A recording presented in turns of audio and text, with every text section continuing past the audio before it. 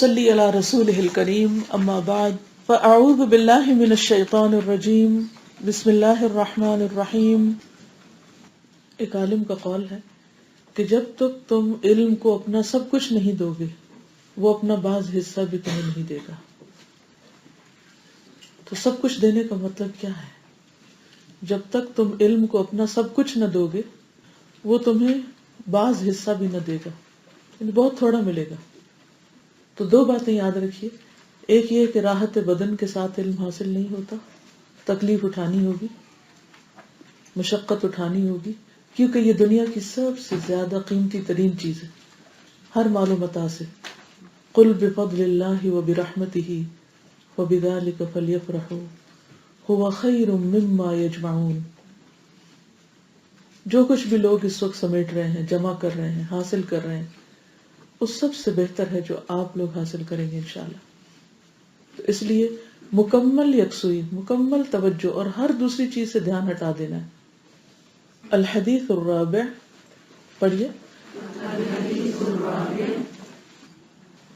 ان احدکم یجمع خلقہ فی بطن امہ۔ عن ابی عبد الرحمن عبد اللہ بن مسعود رضی اللہ عنہ قال حدثنا رسول اللہ صلی اللہ علیہ وسلم وهو الصادق المصدوق ان احدکم یجمع خلقہ فی بطن امہ 40 یوما نطفة ثم يكون علقة مثل ذلك ثم يكون مضغة مثل ذلك ثم يرسل إليه الملك فينفخ فيه الروح ويؤمر بأربع كلمات بكتب رزقه وأجله وعمله وشقي أم سعيد۔ یہ جو میرے پاس روایت ہے اس میں زیر لگی ہوئی ہے، لیکن اب اس میں دونوں میں فرق کیا ہے؟ فرق یہ ہے کہ انہوں نے بکتبی کہا ہے نا، بکتبی، تو اس سے شقیٍ لکھا ہے، لیکن اگر اس کو الگ جملہ پڑھیں گے تو وہ شقی ام سعید۔ ٹھیک، چلیے۔ فواللہ الذی لا الہ غیرہ ان احدکم لیعمل بعمل اہل الجنۃ حتی ما یکون بینہ وبینہا الا ذراع فیسبق علیہ الکتاب فیعمل بعمل اہل النار فیدخلها وان احدکم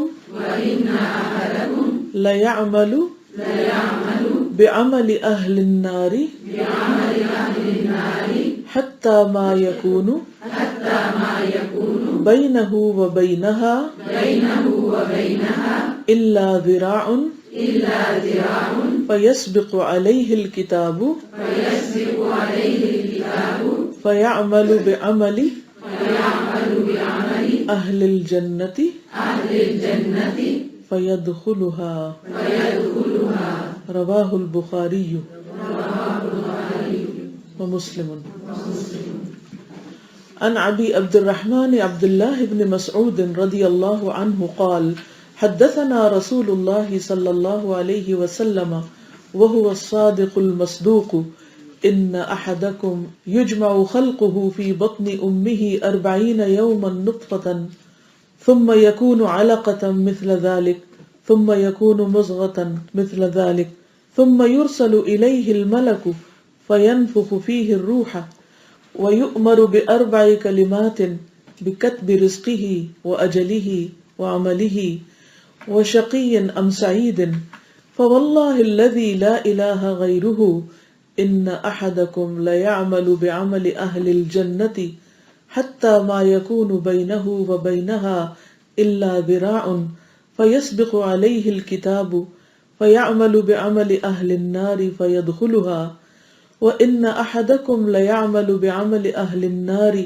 حتى ما يكون بينه وبينها إلا ذراع فيسبق عليه الكتاب فيعمل بعمل أهل الجنة فيدخلها رواه البخاري ومسلم. عن أبي عبد الرحمن عبد الله بن مسعود رضي الله عنه قال حدثنا رسول الله صلى الله عليه وسلم وهو الصادق المصدوق إن أحدكم يجمع خلقه في بطن أمه 40 يوما نطفة ثم يكون علقة مثل ذلك ثم يكون مضغة مثل ذلك ثم يرسل إليه الملك فينفخ فيه الروح ويؤمر ب4 كلمات بكتب رزقه وأجله وعمله وشقي أو سعيد فوالله الذي لا إله غيره إن أحدكم ليعمل بعمل أهل الجنة حتى ما يكون بينه وبينها إلا ذراع فيسبق عليه الكتاب فيعمل بعمل أهل النار فيدخلها وإن أحدكم ليعمل بعمل أهل النار حتى ما يكون بينه وبينها إلا ذراع فيسبق عليه الكتاب فيعمل بعمل أهل الجنة فيدخلها. اب میں اس کا لفظی ترجمہ کروں گی، ٹھیک ہے. ان ابی عبد الرحمن، ابو عبد الرحمن سے روایت ہے عبداللہ ابن مسعود سے رضی اللہ عنہ قال، انہوں نے کہا حدثنا، بیان کیا ہے ہم سے، رسول اللہ صلی اللہ علیہ وسلم، رسول اللہ صلی اللہ علیہ وسلم نے، وہوا، اور وہ، الصادق، صادق ہیں، سچے ہیں، المصدوق، جن کی تصدیق کی جاتی ہے. آپ نے کیا فرمایا؟ ان، بے شک، احدکم، تم میں سے ایک، یعنی تم میں سے کوئی ایک، یجمع، جمع کی جاتی، خلقہ، اس کی تخلیق، اس کی پیدائش کی تیاری، فی بطن امہ، اس کی ماں کے پیٹ میں، 40 یومن، 40 دن، نطفتن، نطفے کی صورت میں، ثم، پھر، یکون، وہ ہو جاتا ہے، علقتن، علقہ، خون کی پھٹکی، مثل ذالک، اسی طرح، یعنی 40 دن، ثم، پھر، یکون، ہو جاتا ہے، مضغتن، مضغہ، گوشت کا چبایا ہوا ٹکڑا، مثل ذالک، اسی طرح، ثم، پھر، یرسلو، بھیجا جاتا ہے، الیہ، اس کی طرف، الملک، ایک فرشتہ، فینفخ، پھر وہ پھونکتا ہے، فیہ، اس میں، یعنی اس مضغے میں، الروح، روح کو، وَيُؤْمَرُ اور حکم دیا جاتا ہے، بِأَرْبَعِ 4 کلمات باتوں کا، 4 چیزوں کا یا 4 باتوں کا حکم دیا جاتا ہے، بِكَتْبِ لکھنے کا، رزقہ اس کا رزق یعنی جس کو پیدا کیا جا رہا ہے اس کا، وَأَجَلِهِ اور اس کی مدت زندگی، وَعَمَلِهِ اور اس کا عمل، وَشَقِيٌّ اور شقی یعنی بدبخت ہے، ام سعید یا خوش بخت یعنی پیدا ہونے والا آنے والا بچہ بدبختوں میں سے ہے یا خوش قسمتوں میں سے۔ فواللہ پس قسم اللہ کی، الذی وہ ذات، لا الہ غیرہ نہیں کوئی الہ اس کے سوا، ان بے شک، احدکم تم میں سے کوئی ایک، لیعمل البتہ عمل کرتا ہے، بعمل اہل الجنت جنت والوں کی عمل جیسا، عمل اہل الجنہ جنت والے، جنت والوں کے عمل جیسا، حتی یہاں تک کہ ما یکون بینہ ہوتا ہے اس کے درمیان، و بینہا اور اس کے یعنی اس شخص کے اور جنت کے، الا مگر، ہا کی ضمیر جو ہے نا جنت کی طرف جا رہی اور ہو کی ضمیر اس شخص کی طرف جا رہی، الا مگر، ذراع ایک ہاتھ، ذراع ایک ہاتھ کا فاصلہ، فیسبق تو سامنے آ جاتی ہے یا سبقت لے جاتی ہے، علیہ اس پر، الکتاب کتاب یعنی لکھت، تقدیر،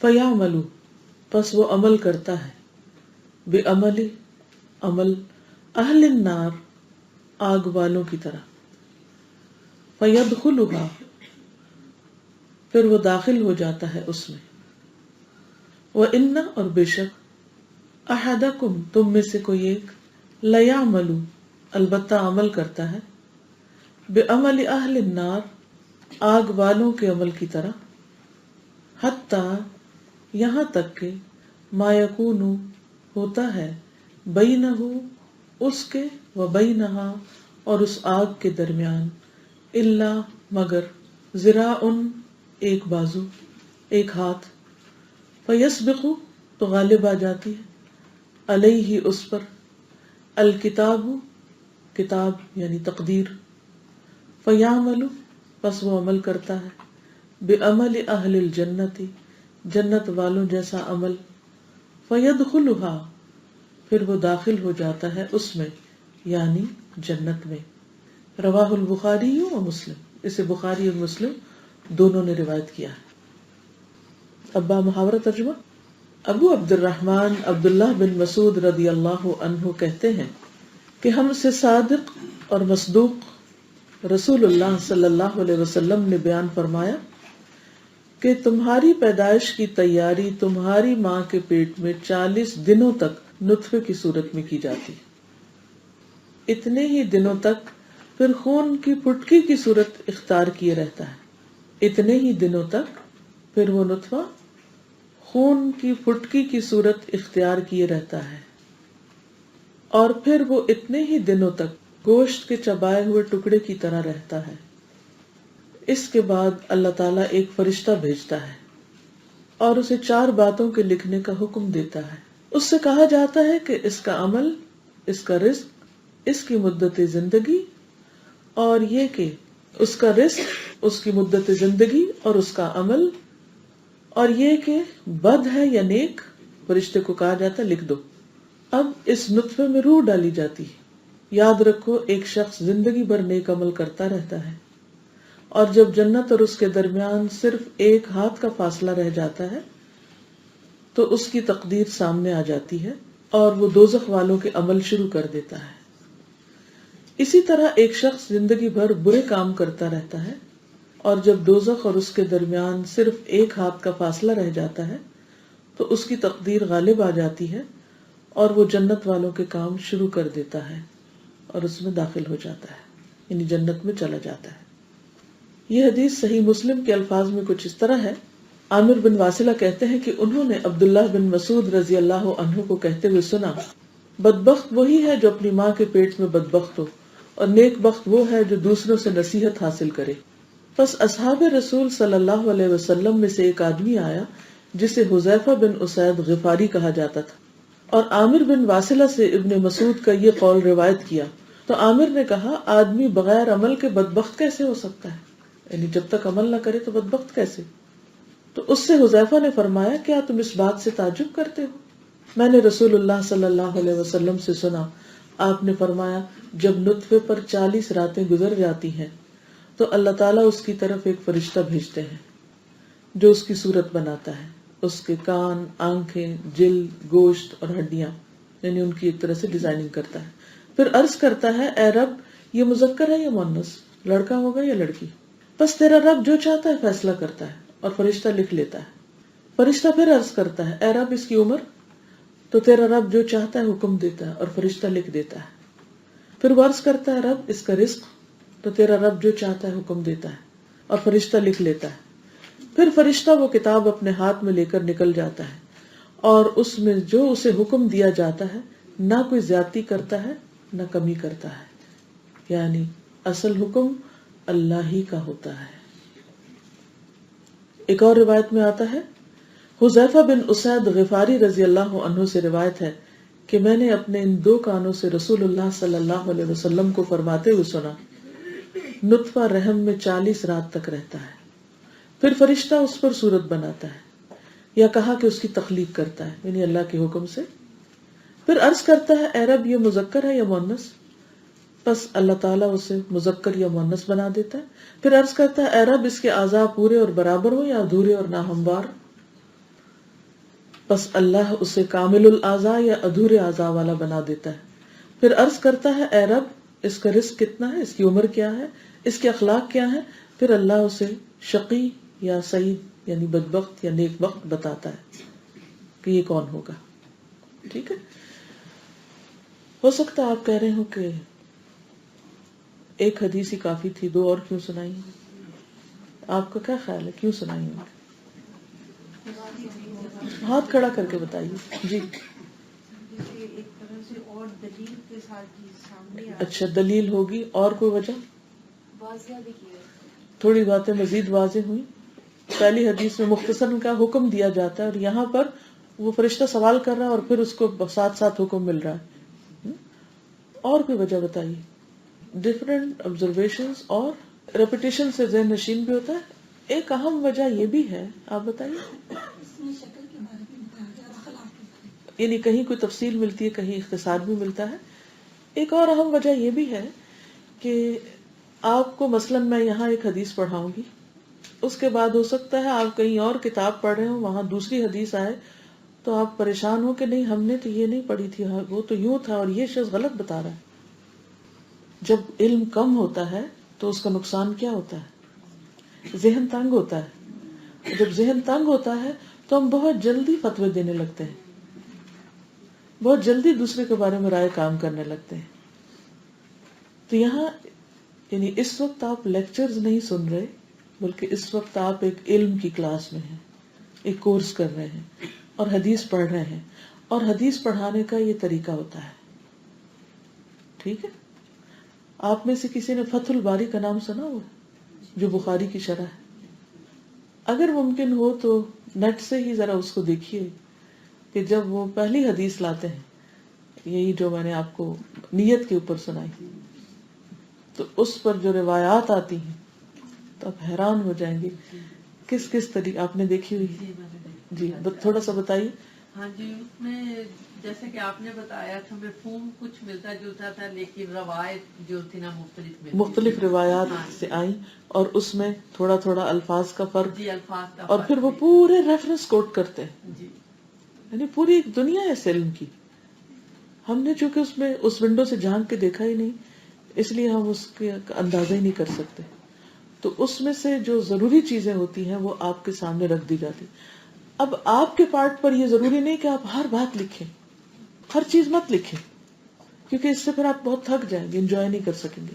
اس پر کچھ چیزیں غور سے سنا کریں. کہیں اختلاف آئے یا آپ کے مائنڈ میں کوئی چیز آئے کہ یہ نوٹ کرنے کی، تو اس کو آپ پوائنٹس کی شکل میں نوٹ کر لیا کریں. پھر گھر جا کے ریوائز کیا کریں. پھر دیکھا کریں کہ کوئی بات اگر اپنی ہی لکھی سمجھ نہیں آئی تو نیا جب لکھا ہوتا ہے نا تو وہ پھر اپنے نوٹس خود بھی انسان اپنے حافظے سے تھوڑے کمپلیٹ کر لیتا ہے. تو اس سے آپ کو انشاءاللہ زیادہ فائدہ ہوگا، یعنی واقعی آپ پھر انجوائے کریں گے. اور ہو سکتا ہے اللہ تعالیٰ فیوچر میں آپ کے لیے اس علم کو اور زیادہ آگے حاصل کرنے کے راستے کھول دے. اور کیونکہ اللہ کے رسول صلی اللہ علیہ وسلم کو جو دعا سکھائی گئی تھی وَقُلْ رَبِّ زِدْنِي عِلْمًا، کہ اللہ میرے علم میں اضافہ فرما. تو ہم میں سے ہر شخص کو اس کا حریص ہونا چاہیے. ٹھیک ہے. یہ حدیث اپنے باب کی علم دین میں مشکل ترین حدیث ہے، جس کی وضاحت کرنا، جس کا سمجھنا واقعی ایک مشکل کام ہے، کیونکہ یہ مسئلہ تقدیر سے متعلق ہے، جس کے بارے میں عام طور پر ذہنوں میں بہت سے سوال بھی پائے جاتے ہیں. اور اسی سے مسلمانوں کے اندر بہت سے گروہ بھی پیدا ہوئے اور سوچ کے اندر ڈیویشن بھی آئی اور بھٹکنے کے بہت چانسز بھی ہوتے ہیں اس میں.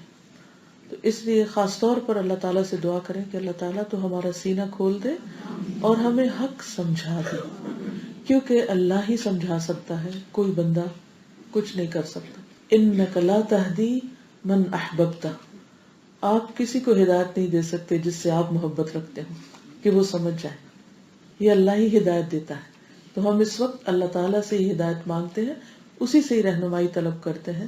اور اللہ تعالیٰ اس بات سے جو واقعی سکھانا چاہتا ہے، ہماری دعا ہے کہ اللہ ہم کو وہ سکھا دے، ہمارے دل کو کھول دے اور ہمیں شرح صدر عطا فرمائے اور ہمارے دل کو اطمینان نصیب فرمائے. تقدیر کے بارے میں 2-3 چیزیں آپ ذہن میں رکھیے. پیچھے میں نے آپ کو حدیث جبریل میں ایمان کے بارے میں جب بتایا تو تقدیر کے بارے میں کچھ باتیں بتائی تھی.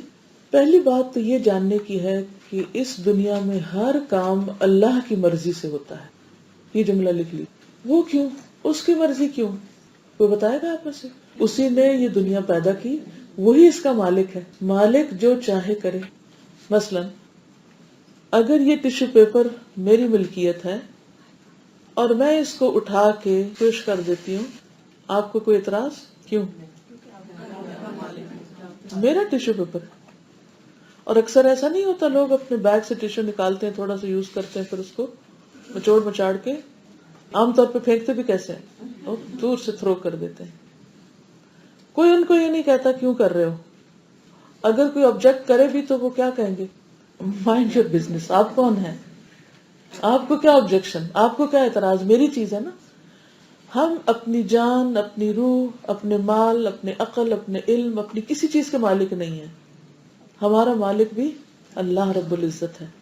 تو یہ اس کا حق ہے کہ وہ جو چاہے جیسے چاہے اپنی مخلوق میں تصرف کرے. ہمیں اس پر کوئی آبجیکشن نہیں ہونی چاہیے. لا يسأل عما يفعل وهم يسألون. لا يسأل، وہ نہیں پوچھا جاتا، اس سے نہیں سوال کیا جا سکتا. عما يفعل، جو وہ کرتا ہے. وهم يسألون، اور وہ پوچھے جائیں گے. یعنی انسانوں سے پوچھا جائے گا لیکن اللہ تعالیٰ سے پوچھنے کا حق کسی کو نہیں. تو پہلی بات یہ کہ اس دنیا میں ہر چیز، اس کائنات میں بلکہ ہر چیز اللہ کی مرضی کے مطابق ہے، کیونکہ مالک اللہ ہے. دوسری بات یہ کہ کل سوال کیا گیا تھا کہ قضاء اور قدر میں کیا فرق. تو اس سے پہلے کہ ہم یہ حدیث شروع کریں، ہم تھوڑا سا ان 2 الفاظ کو بھی سمجھ لیتے ہیں. قضاء اور قدر. قضاء کا مطلب ہے پورا کرنا، اور قدر یا قدر دونوں طرح بولا جاتا ہے. یہ بھی کریکشن کر لیجیے. یہ نہ ہو کہ کسی اور کو آپ سنے وہ قدر کہہ رہا تھا، آپ کہیں یہ غلط کہہ رہا ہے، ہم نے قدر پڑھا تھا. قدر اور قدر دونوں طرح بولا جاتا ہے.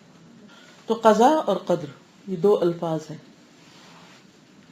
قضاء کا لفظی معنی ہوتا ہے فیصلہ کرنا، پورا کرنا، اور قدر کا معنی ہوتا ہے کسی چیز کا اندازہ کرنا. قرآن مجید میں آتا ہے انما امرہ اذا اراد شیئا ان یقول له کن فیکون. ایک ہے کن اور ایک ہے فیکون. جب وہ ارادہ کرتا ہے کسی چیز کا تو کہتا ہو جاؤ تو وہ ہو جاتی. تو اس سے یہ بات بھی پتہ چلتی ہے کہ ہر چیز اللہ کے ارادے سے ہے. ٹھیک ہے، اللہ کے فیصلے سے.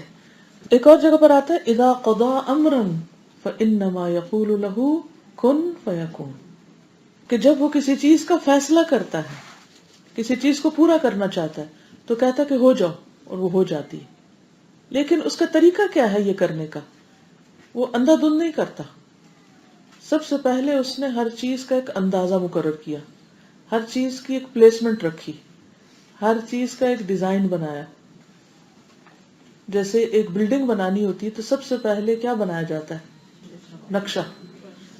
نقشہ کون بناتا ہے؟ آرکیٹیکٹ. آرکیٹیکٹ نقشہ بنا کر پھر اس نقشے کو کس کے حوالے کر دیتا ہے؟ انجینئر کے، بلڈر کے. پھر وہ اس کے اوپر ایک عمارت بناتا ہے. تو اللہ سبحانہ وتعالی نے جو کچھ بھی پیدا کیا اپنے ارادے سے پیدا کیا، اور اس کے لیے پہلے اس نے اس کا ایک اندازہ مقرر کیا کہ اس کا سائز کیا ہوگا، اس کا رنگ کیا ہوگا، اس کی شکل کیا ہوگی، اس کا فائدہ کیا ہوگا، اس کا نقصان کیا ہوگا. اس سے متعلق جتنی بھی چیزیں، کسی بھی آبجیکٹ سے متعلق جو بھی معلومات ہیں، ان سب کا اس نے احاطہ کیا اور اس کا ایک ڈیزائن بنایا. یہ ہے قدر، تقدیر.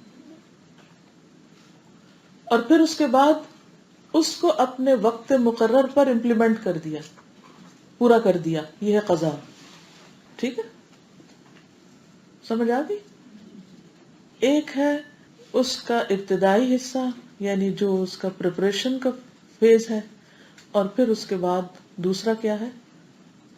اس کی امپلیمنٹیشن کا، جب وہ نافذ ہو جاتا ہے. ٹھیک. تو قضا کا معنی فیصلہ کرنا بھی ہوتا ہے. ٹھیک، یعنی کہ فیصلہ کس چیز کا؟ کسی بھی چیز کو پیدا کرنے کا، یا ختم کرنے کا، یا اس میں کوئی تبدیلی کرنے کا. یہ تینوں چیزیں، پیدا کرنا، ختم کرنا یعنی زندگی موت، یا اس کے اندر کسی چینج کا فیصلہ. لیکن یہ سب کرنے سے پہلے اس نے ان ساری چیزوں کو ایک اندازے کے مطابق یعنی ڈیزائن کر رکھا ہے. تو یہ جو حدیث آتی ہے نا کہ اللہ تعالیٰ نے زمین و آسمان کی تخلیق یعنی وجود میں لانے سے پہلے 50,000 سال پہلے سب سے پہلے قلم پیدا کیا اور پھر اس کو حکم دیا لکھو. تو اس نے جو اللہ کا علم تھا وہ سارا لکھ دیا. تو یہ جو ہم کہتے ہیں نا لکھت یا کتابت یا تقدیر، یہ سب دراصل اللہ کا علم ہے جو لکھا ہوا ہے. یعنی اس کا علم چونکہ ازلی ابدی ہے، اس کا کوئی اینڈ نہیں، کوئی اس کا احاطہ کر ہی نہیں سکتا. لہذا اس نے چیزوں کو وجود میں لانے سے پہلے ہی ڈیزائن کر لیا، بنا لیا، ان کا نقشہ بنا لیا، اور ان کے بارے میں ہر چیز جانتا ہے، اندر باہر سے، ان کا ظاہر اور باطن، ان کا خیر اور شر، ان کا فائدہ نقصان، سب کچھ سے واقف. ان اللہ قد احاط کل شیء علما، اللہ نے ہر چیز کا علم کے ساتھ احاطہ کر رکھا ہے. تو پہلا فیز کیا ہے؟ تقدیر. تقدیر قدر یقدر تقدیر سے ہے، باب تفیل یعنی اندازہ کرنا، یعنی ان کا ڈیزائن بنانا، اور پھر اس کے بعد اس کو لکھوا دینا. ڈیزائن بھی بنا لیا اور لکھوا بھی دیا. اب کیا ہو رہا ہے؟ جب جس چیز کو دنیا میں لانے کا ارادہ کرتا ہے اتنی ساتھ ساتھ امپلیمنٹیشن کرواتا جا رہا ہے، اسے پیدا کرتا جا رہا ہے، یا فوت کر دیتا ہے، یا اس میں کوئی تبدیلی کر دیتا ہے. یہ تینوں چیزیں بھی اس کے اپنے اختیار میں ہیں، کیونکہ ان اللہ علی کل شیء قدیر. حقیقت یہ ہے کہ اللہ سبحانہ وتعالیٰ کے دین کو، اس کی حکمتوں کو، اس کے مصلحتوں کو، اس کے فائدوں کو، ایون تقدیر کے مسئلے کو سمجھنے سے پہلے ایک کام کرنا ضروری ہے، اور وہ ہے اللہ سبحانہ وتعالیٰ کے اسماء و صفات کا مطالعہ. اس رمضان کا میرا ٹارگٹ ہے انشاءاللہ العزیز کہ میں اللہ تعالیٰ کے ناموں اور صفات پر روزانہ لیکچر دوں گی انشاءاللہ. یہ تو میرا ارادہ نا، باقی جب تک اللہ کا ارادہ نہیں ہوگا تو وہ کام تمام نہیں ہوگا. اگر اللہ کا اذن ہوگا تو انشاءاللہ یہ ہوگا. کیونکہ مجھے اوور دا ایئرز پڑھانے کے بعد یہ چیز محسوس ہوئی کہ بعض اوقات قرآن مجید کی ایکسپلینیشن بھی کر دی جاتی ہے، حدیث بھی سمجھا دی جاتی ہے، لیکن چونکہ اللہ سبحانہ وتعالیٰ کے بارے میں ہی لوگوں کو پتہ نہیں، لہٰذا بعض اوقات اللہ کا کلام یا اللہ کے فیصلے سمجھ نہیں آتے کہ وہ ایسا کیوں کر رہا ہے. دیکھیے کہ جب کرنے والے کی سمجھ آ جاتی ہے نا کہ وہ ہے کون، تو پھر جو کچھ وہ کرتا ہے وہ سب کچھ سمجھ آتا ہے. تو کرنے والے کو سمجھنا ضروری ہے، اس کی پہچان ان ڈیپتھ ضروری ہے کہ اس کی قوتیں ہیں کیا، وہ ہستی ہے کیسی. تو انشاءاللہ ہر چیز کا ایک وقت ہے. تو یہ تو ایک مختصر سا تعارف تھا یعنی قضاء اور قدر کا. پھر آپ دیکھیے کہ صرف انسان کی نہیں، کائنات میں جتنی چیزیں ہیں سب کی تقدیر لکھی ہوئی ہے. یہ بھی یاد رکھنے کی بات ہے.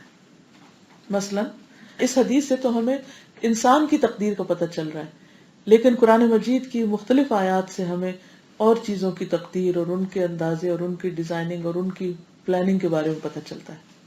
اور یہ بھی یاد رکھیے کہ تقدیر کا لفظ جو قدر سے ہے، اسی سے ان اللہ علی کل شیء قدیر بھی ہے، اور پھر قدرناہ، قدر یہ سب اسی روٹ سے نکلے ہوئے لفظ ہیں. سورۃ یاسین میں اللہ تعالیٰ فرماتے ہیں والشمس تجری، پڑھیے آپ کو آتی سورۃ یاسین، لمستقر لها ذالک تقدیر العزیز العلیم. کیا مطلب ہے اس کا؟ سورج والشمس تجری، چل رہا ہے، دوڑ رہا ہے، کس کے لیے؟ لمستقر، ایک ٹھکانے کے لیے، لہا جو اس کے لیے مقرر ہے کہ کہاں تک جانا ہے اس کو. یہ اس کا رستہ اور اس کا ٹھکانہ کس نے بنایا؟ جس نے سورج کو بنایا کہ تم یہاں سے یہاں تک چلو گے. ذالک تقدیر کس کی؟ العزیز العلیم کی.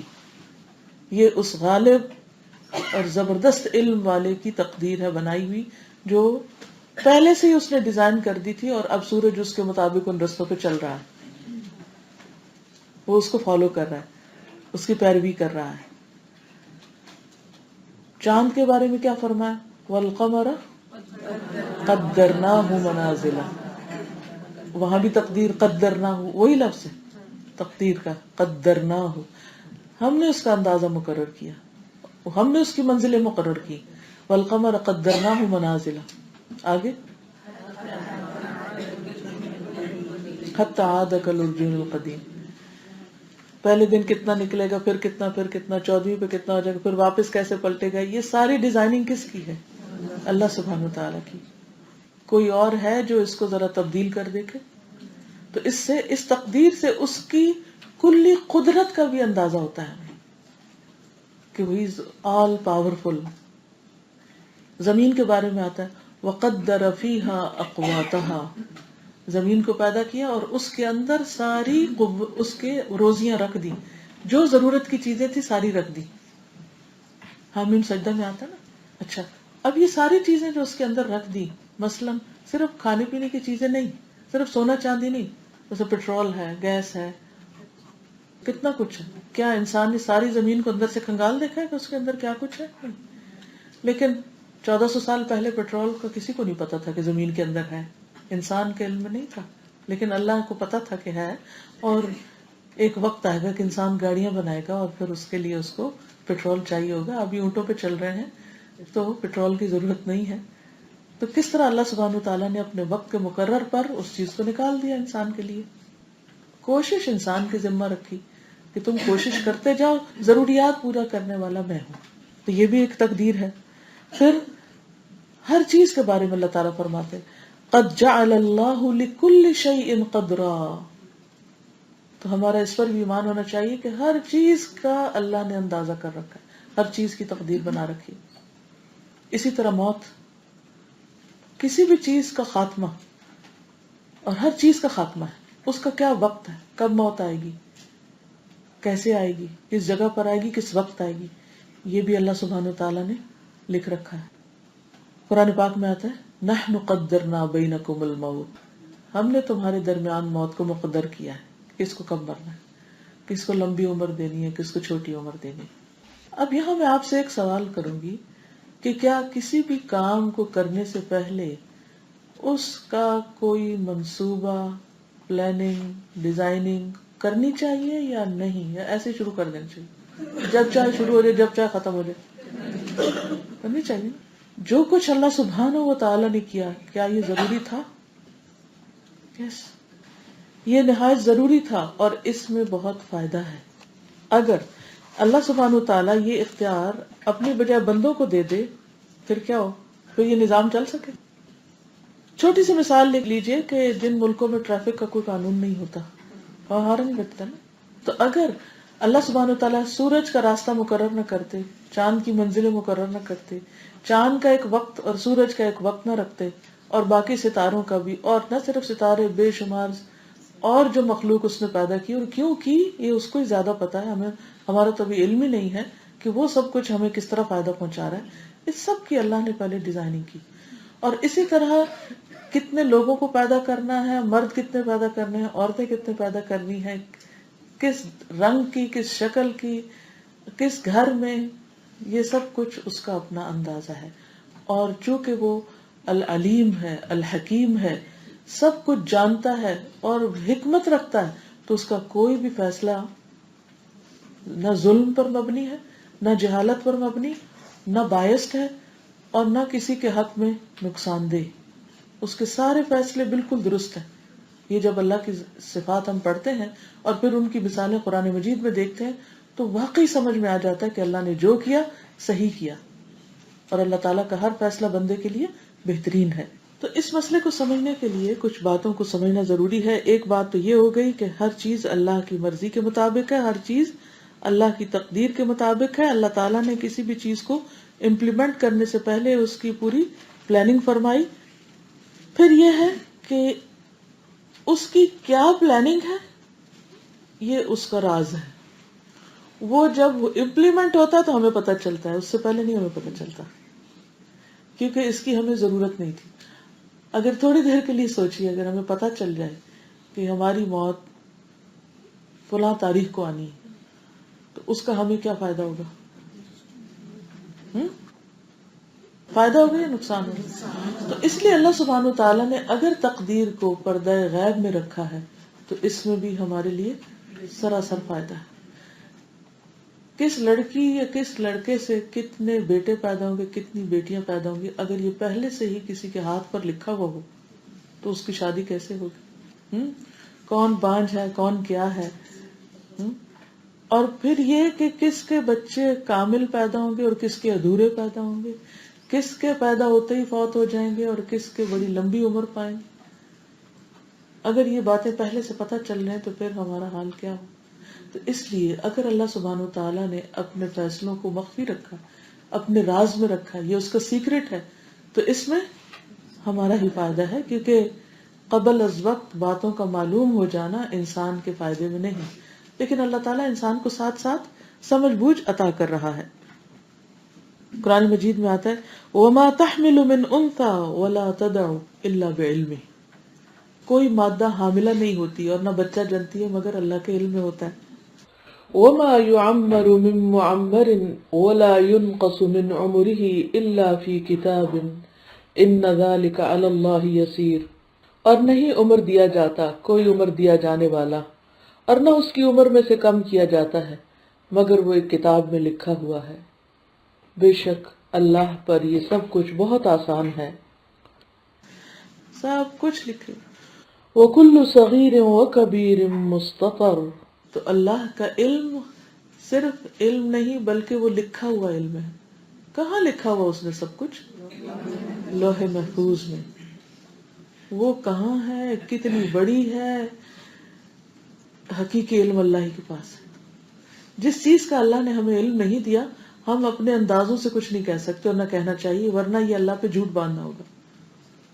اب آپ دیکھیے کہ ایک وقت تھا کہ لکھنے کے لیے کاغذ چاہیے ہوتا تھا، اور جب چند 100 صفحے لکھے جاتے تھے تو سنبھالنا مشکل ہو جاتا تھا، اور لائبریریوں میں کتابیں جو ہیں وہ ایک وبال جان باز اوقات ہو جاتی ہیں ان کو سنبھالنا. لیکن اب آپ دیکھیے کہ ایک چپ کے اندر، مثلا آئی فون 5 اگر 32 GB ہے اس کے اندر، تو آپ کو پتہ ہے کہ کتنا ڈیٹا اس میں سما سکتا ہے. اور اس کا سائز آپ دیکھیں، hundreds of books, audio files, کیا کچھ. اور یہ تو اس کا سائز ہے نا، لیکن جو چیز جس کے اندر سب کچھ سمٹا ہوا وہ تو بہت ہی چھوٹی چیز ہے. تو اگر انسان نے ایسی چیزیں بنا لی ہیں تو اللہ سبحانہ وتعالیٰ کے لیے تو کچھ بھی بنانا مشکل نہیں. تو یہ بات اب یاد رہے گی کہ تقدیر اللہ کا علم ہے جو لکھا ہوا ہے، اور اس کا راز ہے، اس کا سیکرٹ ہے. اس میں سے جتنا وہ جس کو جب چاہتا ہے بتا دیتا ہے، لیکن مکمل علم صرف اس کے اپنے پاس ہے. وَعِندَهُ مَفَاتِحُ الْغَيْبِ لَا يَعْلَمُهَا إِلَّا هُ. پھر قرآن مجید میں اللہ تعالیٰ نے اپنے ارادے کا ذکر کیا ہے اور انسان کے ارادے، دونوں کے ارادے کا ذکر، یعنی تقدیر اللہ کا ارادہ بھی ہے کہ اذا قضا امرا ان یقول له کن، ٹھیک ہے، تو وہ ایک ارادہ کرتا ہے اور اس کے ساتھ ساتھ اللہ نے بندے کو بھی ارادہ کرنے کی صلاحیت دے رکھی ہے، ٹھیک. اس کے ارادے کے بارے میں آتا ہے فعال لما یرید، وہ کرتا ہے جو وہ ارادہ کرتا ہے. اور پھر انسان کا ارادہ کیا ہے؟ جو ہم میں سے مثلاً اس وقت ہم یہاں بیٹھے ہیں تو کس کے ارادے سے آئے؟ اپنے ارادے سے، اپنی مرضی سے آئے نا. لیکن یہ مرضی جب پوری ہوئی جب اللہ کا بھی ارادہ شامل ہوا.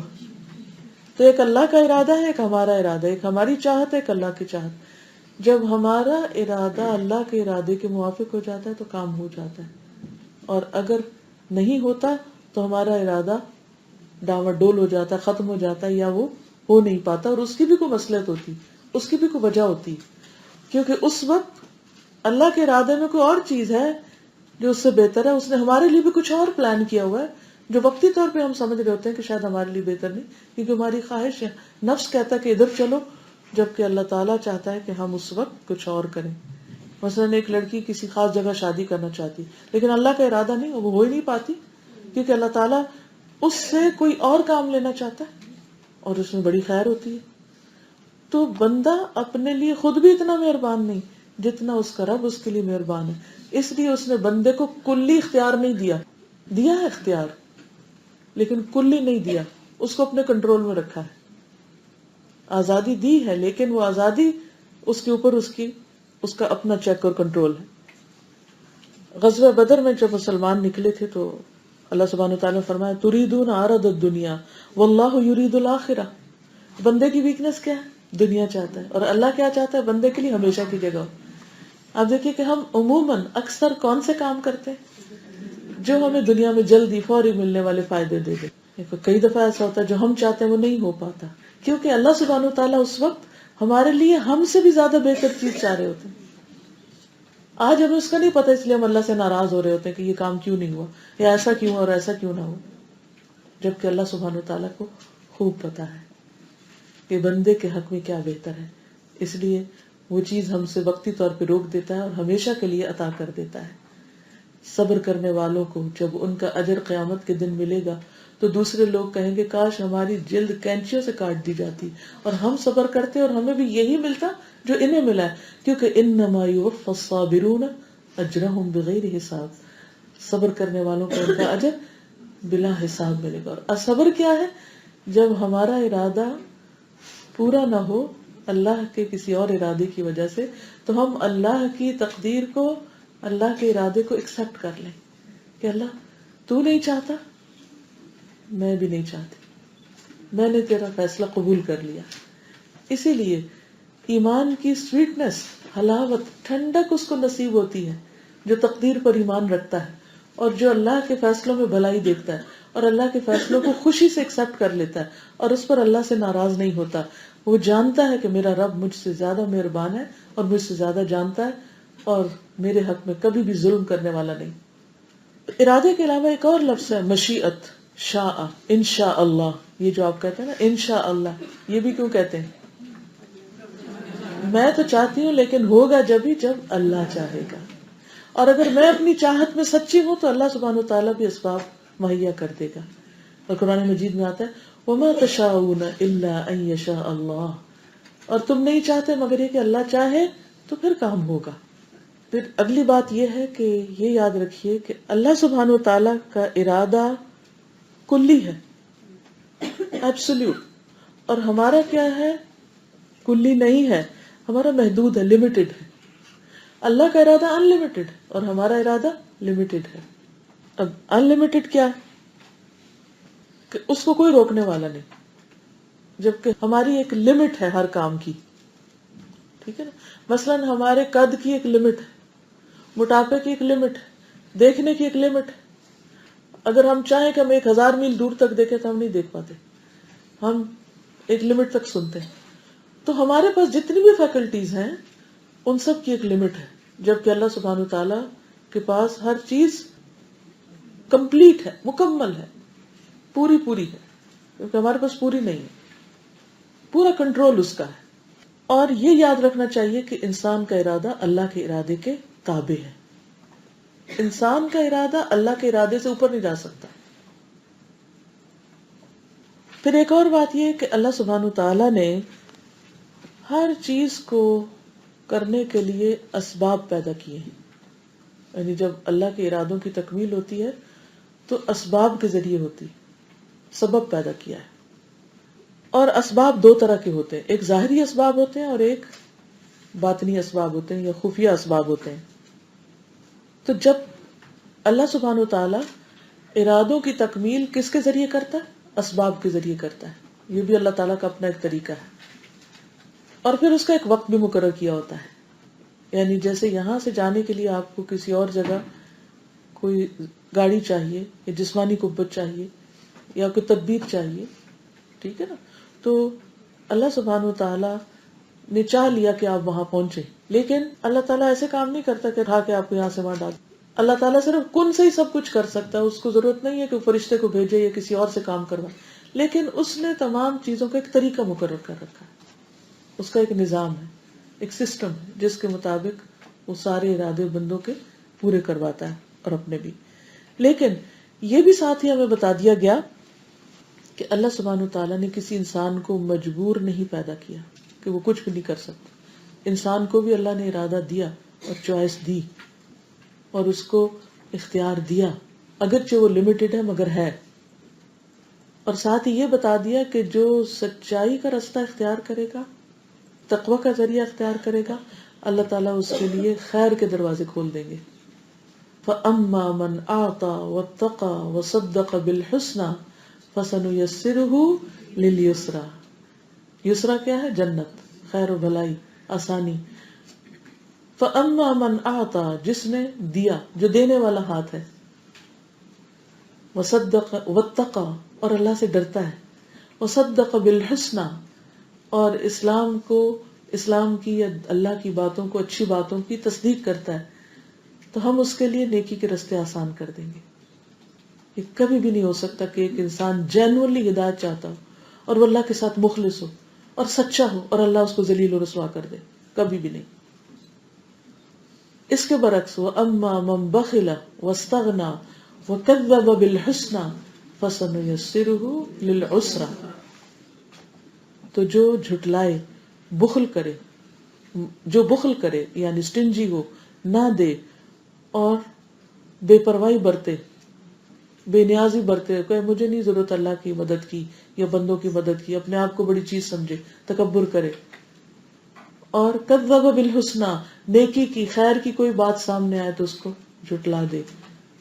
فَسَنُيَسِّرُهُ لِلْعُسْرَى، تو ہم اس کے لیے تنگی کے راستے کھول دیں گے، پھر اس کے لیے مشکلیں کر دیں گے. اس کو پھر جہنم کا راستہ اس کے لیے آسان ہو جائے گا، جنت کا نہیں. تو اللہ سبحانہ وتعالیٰ نے انسان کو ہدایت دی ہے. وَهَدَيْنَاهُ النَّجْدَيْنِ، ہم نے دونوں راستے دکھائے. جَعَلْنَاهُ سَمِيعًا بَصِيرًا، اور اس کو اختیار بھی دیا. اب بندے کو بتا دیا کہ یہ ہے تمہارے لیے، اب دیکھو کہ تم کرتے کیا ہو. اور یہ اللہ کو پہلے سے پتا ہوتا ہے کہ یہ بندہ اپنا اختیار کیسے استعمال کرے گا اور دوسرا کیسے کرے گا. اس نے طریقہ بتا دیا، اگر دو گے، تصدیق کرو گے تو سب کچھ مل جائے گا، ورنہ دوسری طرف چلو گے. اب یہ پس منظر سامنے رکھ کے اس حدیث کو سمجھنے کی کوشش کیجئے، کیونکہ ان باتوں کو جو میں نے تمہید میں بیان کی ہیں میں وقتاً فوقتاً کوٹ کروں گی تاکہ آپ کے لیے ٹیکسٹ سمجھنا آسان ہو جائے. ٹھیک ہے، تھوڑا سا مشکل سبق ہے، لیکن یہ کہ انشاءاللہ جب اللہ سے ہم نے دعا کر لی تو اللہ تعالیٰ ہمیں سمجھائے گا بھی، اور اللہ ہی نے سمجھانا ہے. میرے بس اور اختیار میں کچھ بھی نہیں ہے. یہاں ایک اور بات بھی سمجھنے کی ضرورت ہے کہ ضروری نہیں کہ انسان جو کچھ کرے، انسان کو جو اختیار دیا ہے اللہ تعالیٰ نے، اور جو انسان کا ارادہ ہو، پھر اللہ اس کو پورا کرنے کا اذن دے دے تو وہ اللہ تعالیٰ پسند بھی کرتا ہو. ٹھیک ہے نا، یعنی اللہ نے انسان کو اختیار دیا، کہا کہ چاہو تو تم تصدیق کرو، چاہو تو تکذیب کر دو، چاہو تو مان لو، چاہو تو انکار کر دو. اما شاکرا و اما کفورا، یہ چوائس ہے یا نہیں؟ اس وقت میں شکریہ کا لفظ بولوں یا کوئی برا لفظ بولوں، اختیار تو ہے نا. لیکن کیوں اچھا بولوں؟ کیونکہ مجھے اچھائی چاہیے. مجھے اچھائی کا بھی انجام پتا ہے اور برائی کا بھی پتا ہے، تو مجھے اچھا کرنا ہے کیونکہ میں اچھا انجام چاہتی ہوں. ٹھیک، تو اللہ نے اگرچہ اختیار دیا، لیکن جب انسان اچھا کرتا ہے تو اللہ تعالیٰ راضی ہوتا ہے. ان تکفروا فإن اللہ غنی عنکم ولا يرضى لعباده الكفر وان تشکروا يرضه لكم. اگر اچھا کرو گے تو اللہ کو پسند آئے گا، لیکن اگر کفر کرو گے تو اللہ تعالیٰ اس سے راضی نہیں ہوگا. چلیے اب ہم آتے ہیں حدیث کے الفاظ کی کچھ وضاحت پر. سب سے پہلے ہے حضرت عبداللہ بن مسعود کی کنیت کیا ہے؟ ابو عبد الرحمن، یہ شناختی نام ہے، ان کی پہچان. عبداللہ بن مسعود رضی اللہ عنہ قال حدثنا، یہاں یہ سمے تو نہیں کہتے، حدثنا ہم سے بیان کیا رسول اللہ صلی اللہ علیہ وسلم، رسول اللہ صلی اللہ علیہ وسلم نے. کون ہے رسول اللہ صلی اللہ علیہ وسلم؟ الصادق والمصدوق، جو سچے ہیں اور ان کی سچائی کی تصدیق بھی کی جاتی ہے، جو لائے ہیں اس کو سچ مانا جاتا ہے. یعنی یہ رسول اللہ صلی اللہ علیہ وسلم کی جو بات ہے اس کی تاکید کے طور پر آ رہا ہے کہ آپ خود بھی سچے ہیں اور جو باتیں آپ نے بتائی ہیں وہ بھی بالکل سچی ہیں، وہ بھی بالکل ایگزیکٹ وہی ہیں جو آپ نے خبر ہم کو دی، کیونکہ آپ اللہ کے پیغامبر ہیں، اللہ کی طرف سے پیغام لائے، تو جو لائے ہیں وہ بھی سچ ہے اور جو بتانے والا ہے وہ بھی سچا ہے. تو جب آپ بتاتے ہیں ہم اس کی تصدیق کرتے ہیں. ٹھیک ہے، یعنی آپ کو جو خبریں دی گئیں علم وحی کے ذریعے غیب کی باتوں میں سے جو کچھ بتایا گیا وہ بالکل سچ ہے.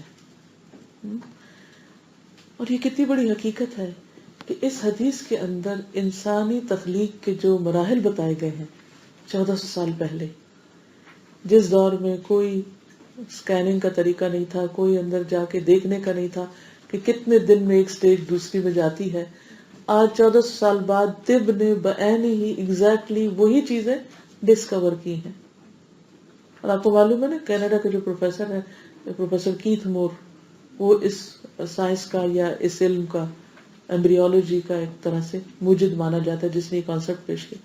تو جب اس کو بتایا گیا کہ یہ تو قرآن میں پہلے سے ہی موجود ہے تو وہ ایک دم اس بات کا اعتراف کر اٹھا کہ ہاں،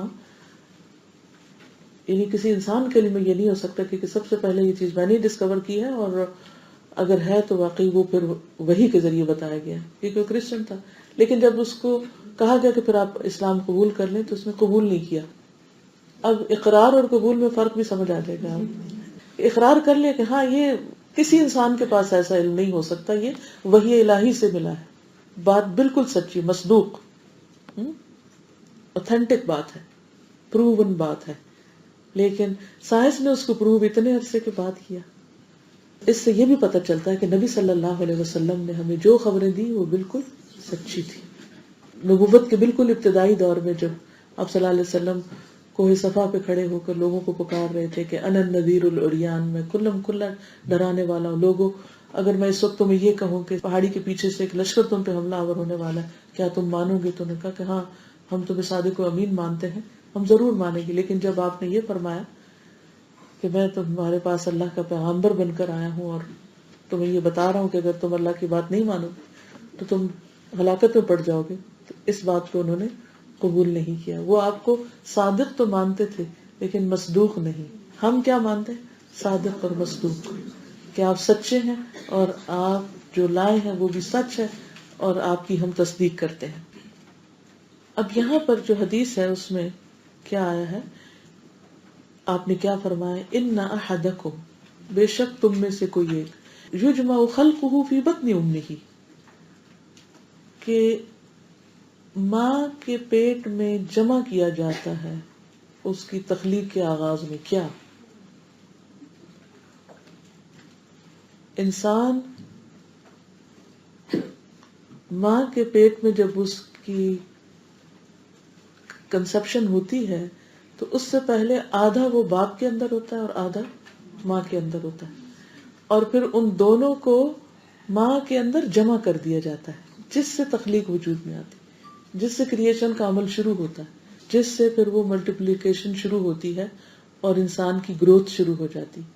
تو اب یہ لفظ آپ کو سمجھ آ رہا ہے، یجمع خلقہ فی بطن امہ. اب تو ساری چیزیں آپ دیکھ سکتے ہیں نیٹ پر، ایک ایک سٹیپ اور اب تو لیٹسٹ ریسرچ اور بھی زیادہ مائنوٹ طریقے سے سامنے آئی ہے کہ کس طرح سپرم جو ہے وہ ماں کے ووم میں اس ایگ میں جاتا ہے، اور وہ جب جمع ہو جاتا ہے تو پھر اس کے بعد ایک جنین بننا شروع ہوتا ہے. اور کس شکل میں ہوتا ہے یہ نطفہ. نطفہ کہتے ہیں منی کے قطرے کو، یعنی ماں اور باپ دونوں کے جو سپرم اور اووم ہے اس کے ساتھ تخلیق کا عمل شروع ہوتا ہے جب وہ جمع ہوتا ہے، اکٹھا ہوتا ہے. اور یہ آہستہ آہستہ گروتھ ہوتی ہے حتیٰ کہ 40 دن گزر جاتے ہیں. ان احدکم یجمع خلقہ فی بطن امہ 40 یوما نطفۃ. 40 دن تک جو اس کی کنڈیشن ہوتی ہے وہ نطفے کی ہوتی ہے. ثم یکون علقۃ، پھر وہ علقہ میں کنورٹ ہو جاتا ہے، یعنی وہاں سے خون کی پھٹکی بن جاتا ہے. علقہ، علقہ کا لفظی معنی ہوتا ہے لٹکی ہوئی چیز، یعنی وہ ہینگنگ پوزیشن میں ہوتا ہے. اور علقہ کا لفظ لیچ کے لیے بھی استعمال ہوتا ہے، جو کھڑے پانی میں ہوتی ہے نا، گاڑھے خون کا ایک ٹکڑا. علقہ کیا ہے؟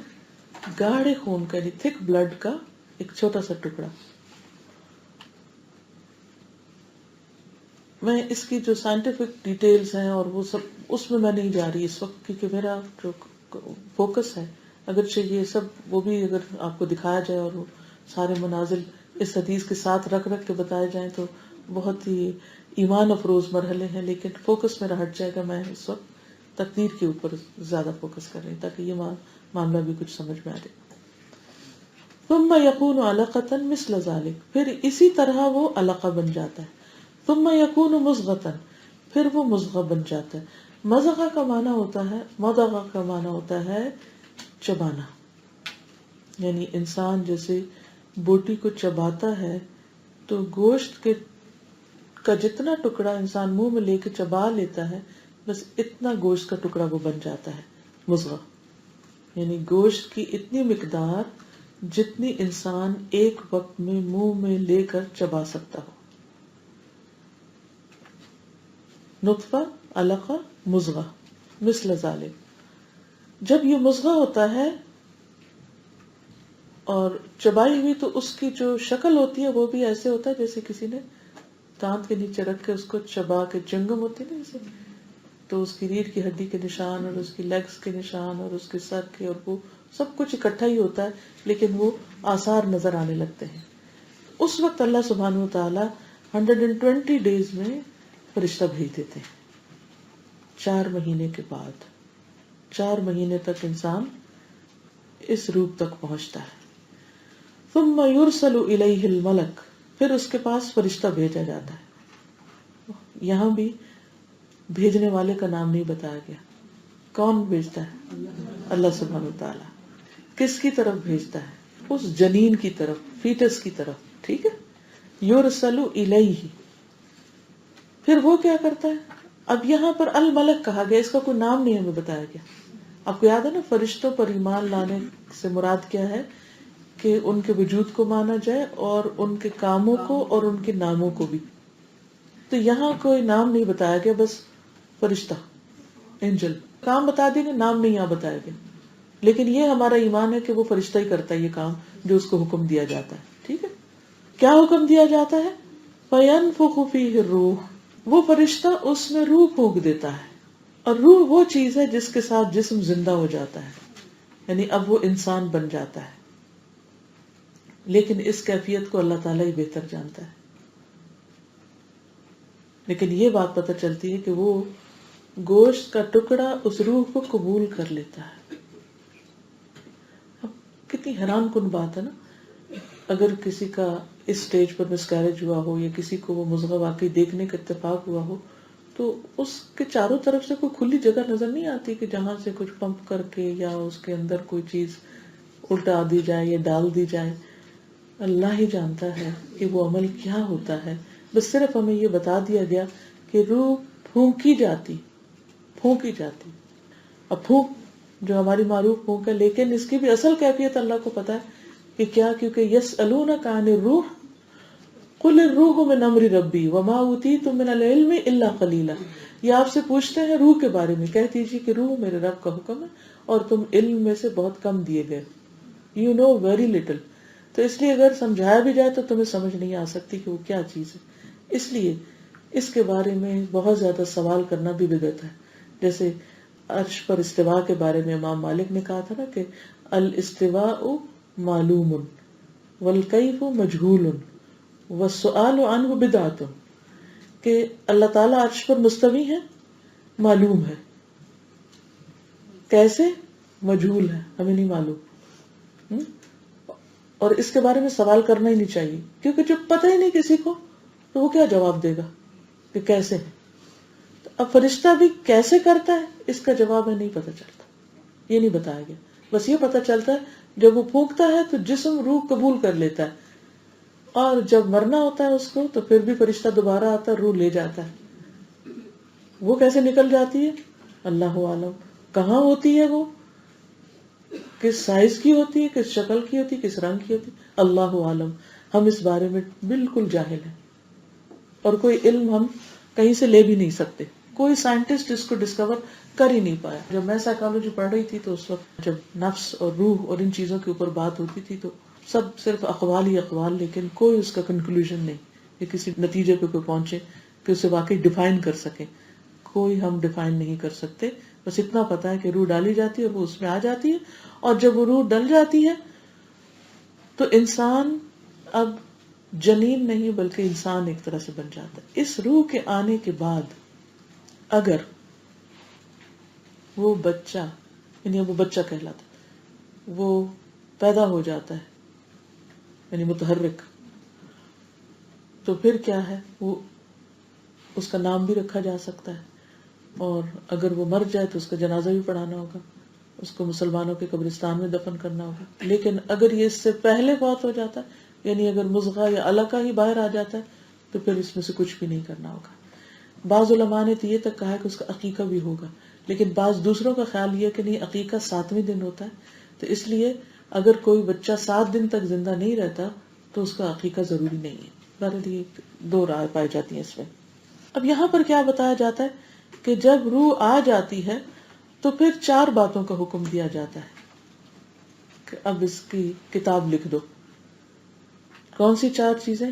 رزق، اجل، عمل اور بدبخت ہے یا خوش نصیب. کون ہے؟ اب یہ تو پہلے ہی لکھا ہوا ہے. کہیں کہاں لکھا ہوا؟ لوح محفوظ میں لکھا ہوا. کس نے لکھا تھا؟ قلم نے لکھا تھا. کس کے حکم پر لکھا تھا؟ اللہ کے. اللہ سبحانہ وتعالیٰ کا وہ علم تھا جو کسی بھی انسان کے بارے میں، انسانوں کی کیا زمین و آسمان کی تخلیق سے بھی 50,000 سال پہلے اللہ کو پتا تھا کہ فلاں بندہ فلاں عورت کے پیٹ میں پلے گا، بڑھے گا، اور اس کے اندر ایسی روح ہوگی، اور پھر اس کا کتنا رزق اور کتنا اس کی عمر اور کب موت، اور خوش قسمت یا بدقسمت، وہ سارا کچھ وہاں سے انفارمیشن فرشتے کے ذریعے لکھا دی جائے. اب یہ وہ کدھر لکھتا ہے؟ یہ ایک سوال پیدا ہوتا ہے. یہ تو پتہ چل رہا ہے وہ لکھنے کا حکم دیا جاتا ہے، وہ لکھ دیتا ہے، اس کا بھی نہیں پتہ چلتا. لیکن بعض علماء نے یہ کہا ہے کہ اس کے ماتھے پہ لکھ دیا جاتا ہے. اللہ عالم کہ وہ کندھے پہ لکھا جاتا ہے یا ہاتھ کی ہتھیلی میں لکیروں میں لکھا جاتا ہے یا وہ ماتھے کی لکیروں میں لکھا جاتا ہے. ہم نہیں جانتے، کوئی حتمی بات نہیں پتا. بس یہ پتا چل رہا ہے کہ یؤمر باربع کلمات بکتب رزقی واجلی وعملی وشقی ام سعید، اور ہم اس کو مانتے ہیں کہ ہاں لکھا گیا. یعنی وہ انفارمیشن اب امپلیمنٹ ہونے کا ٹائم آ گیا. پہلی چیز ہے رزق. رزق میں صرف کھانا پینا نہیں ہے، رزق میں کیا کچھ ہوتا ہے؟ ہر وہ چیز جس سے انسان فائدہ اٹھاتا ہے وہ رزق ہے. یاد رہے گا. مثلا کھانا پینا تو ہے ہی، اس کو تو ہم سب سے پہلے رزق کہتے ہیں. اگر 2 چیزیں رکھے تو آپ کو بات زیادہ سمجھ آ جائے گی. ایک وہ جس سے انسان کا جسم قائم رہتا ہے، فزیکل نیڈز، اور دوسرے وہ جس سے انسان کا دین اور ایمان قائم رہتا ہے. ٹھیک ہے. علم نافع، علم دین، یہ سب رزق ہے. اور ایک جس سے جسم قائم رہتا ہے جو دنیا کا علم ہے، اور کھانا پینا، اور تو ہماری spiritual needs, intellectual needs, physical needs, یہ سب رزق میں آتی، وہ سب لکھ دی جاتی، کھانا پینا، لباس، رہائش، سواری، اور اسی طرح جو علم حاصل ہوگا وہ بھی۔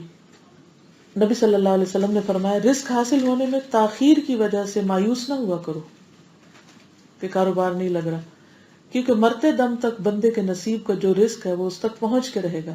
اس لیے میانہ روی کے ساتھ رزق کی تلاش جاری رکھو، حلال روزی حاصل کرو اور حرام چھوڑ دو، کیونکہ جو ملنا ہے وہ تو ملنا ہے، تو اس لیے حرام نہیں چاہو، حرام نہیں حاصل کرو، حلال طریقے سے چاہو، راستہ ٹھیک اختیار کرو۔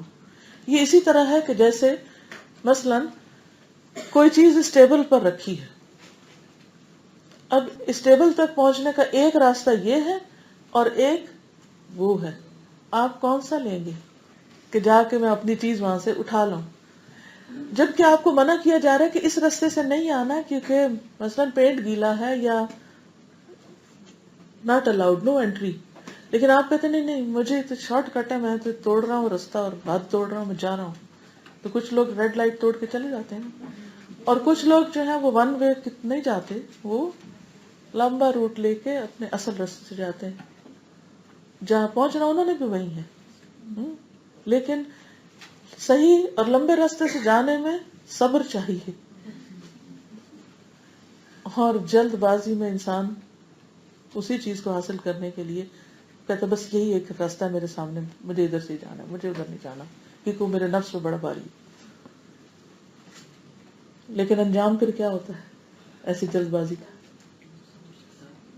مشکلات میں پڑ جاتا ہے،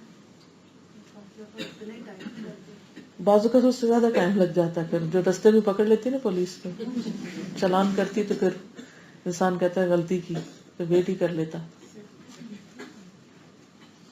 رسول اللہ صلی اللہ علیہ وسلم نے فرمایا رزق بندے کو اس طرح پا لیتا ہے جیسے موت اسے پا لیتی ہے، مل کے رہے گا۔ اچھا، اب یہاں یہ باتیں تم کہتے ہیں اچھا مل کے رہے گا، پھر ہم یہ سوچتے جو ملنا ہی تو کچھ کرنے کی کیا ضرورت ہے؟ یہ نہیں ہمیں کہا گیا، کیونکہ پچھلی حدیث میں جو سلسلہ صحیحہ کی ہے آپ نے فرمایا میانہ روی کے ساتھ رزق کی تلاش میں رہو، کوشش کرنا اللہ کا حکم ہے، یہ بھی اللہ کا حکم ہے، یہ بھی اللہ کا ارادہ کہ انسان کوشش کرے، تو وہ ہمیں کرنی ہے، ٹھیک، اور حلال روزی حاصل کرو اور حرام کو چھوڑ دو۔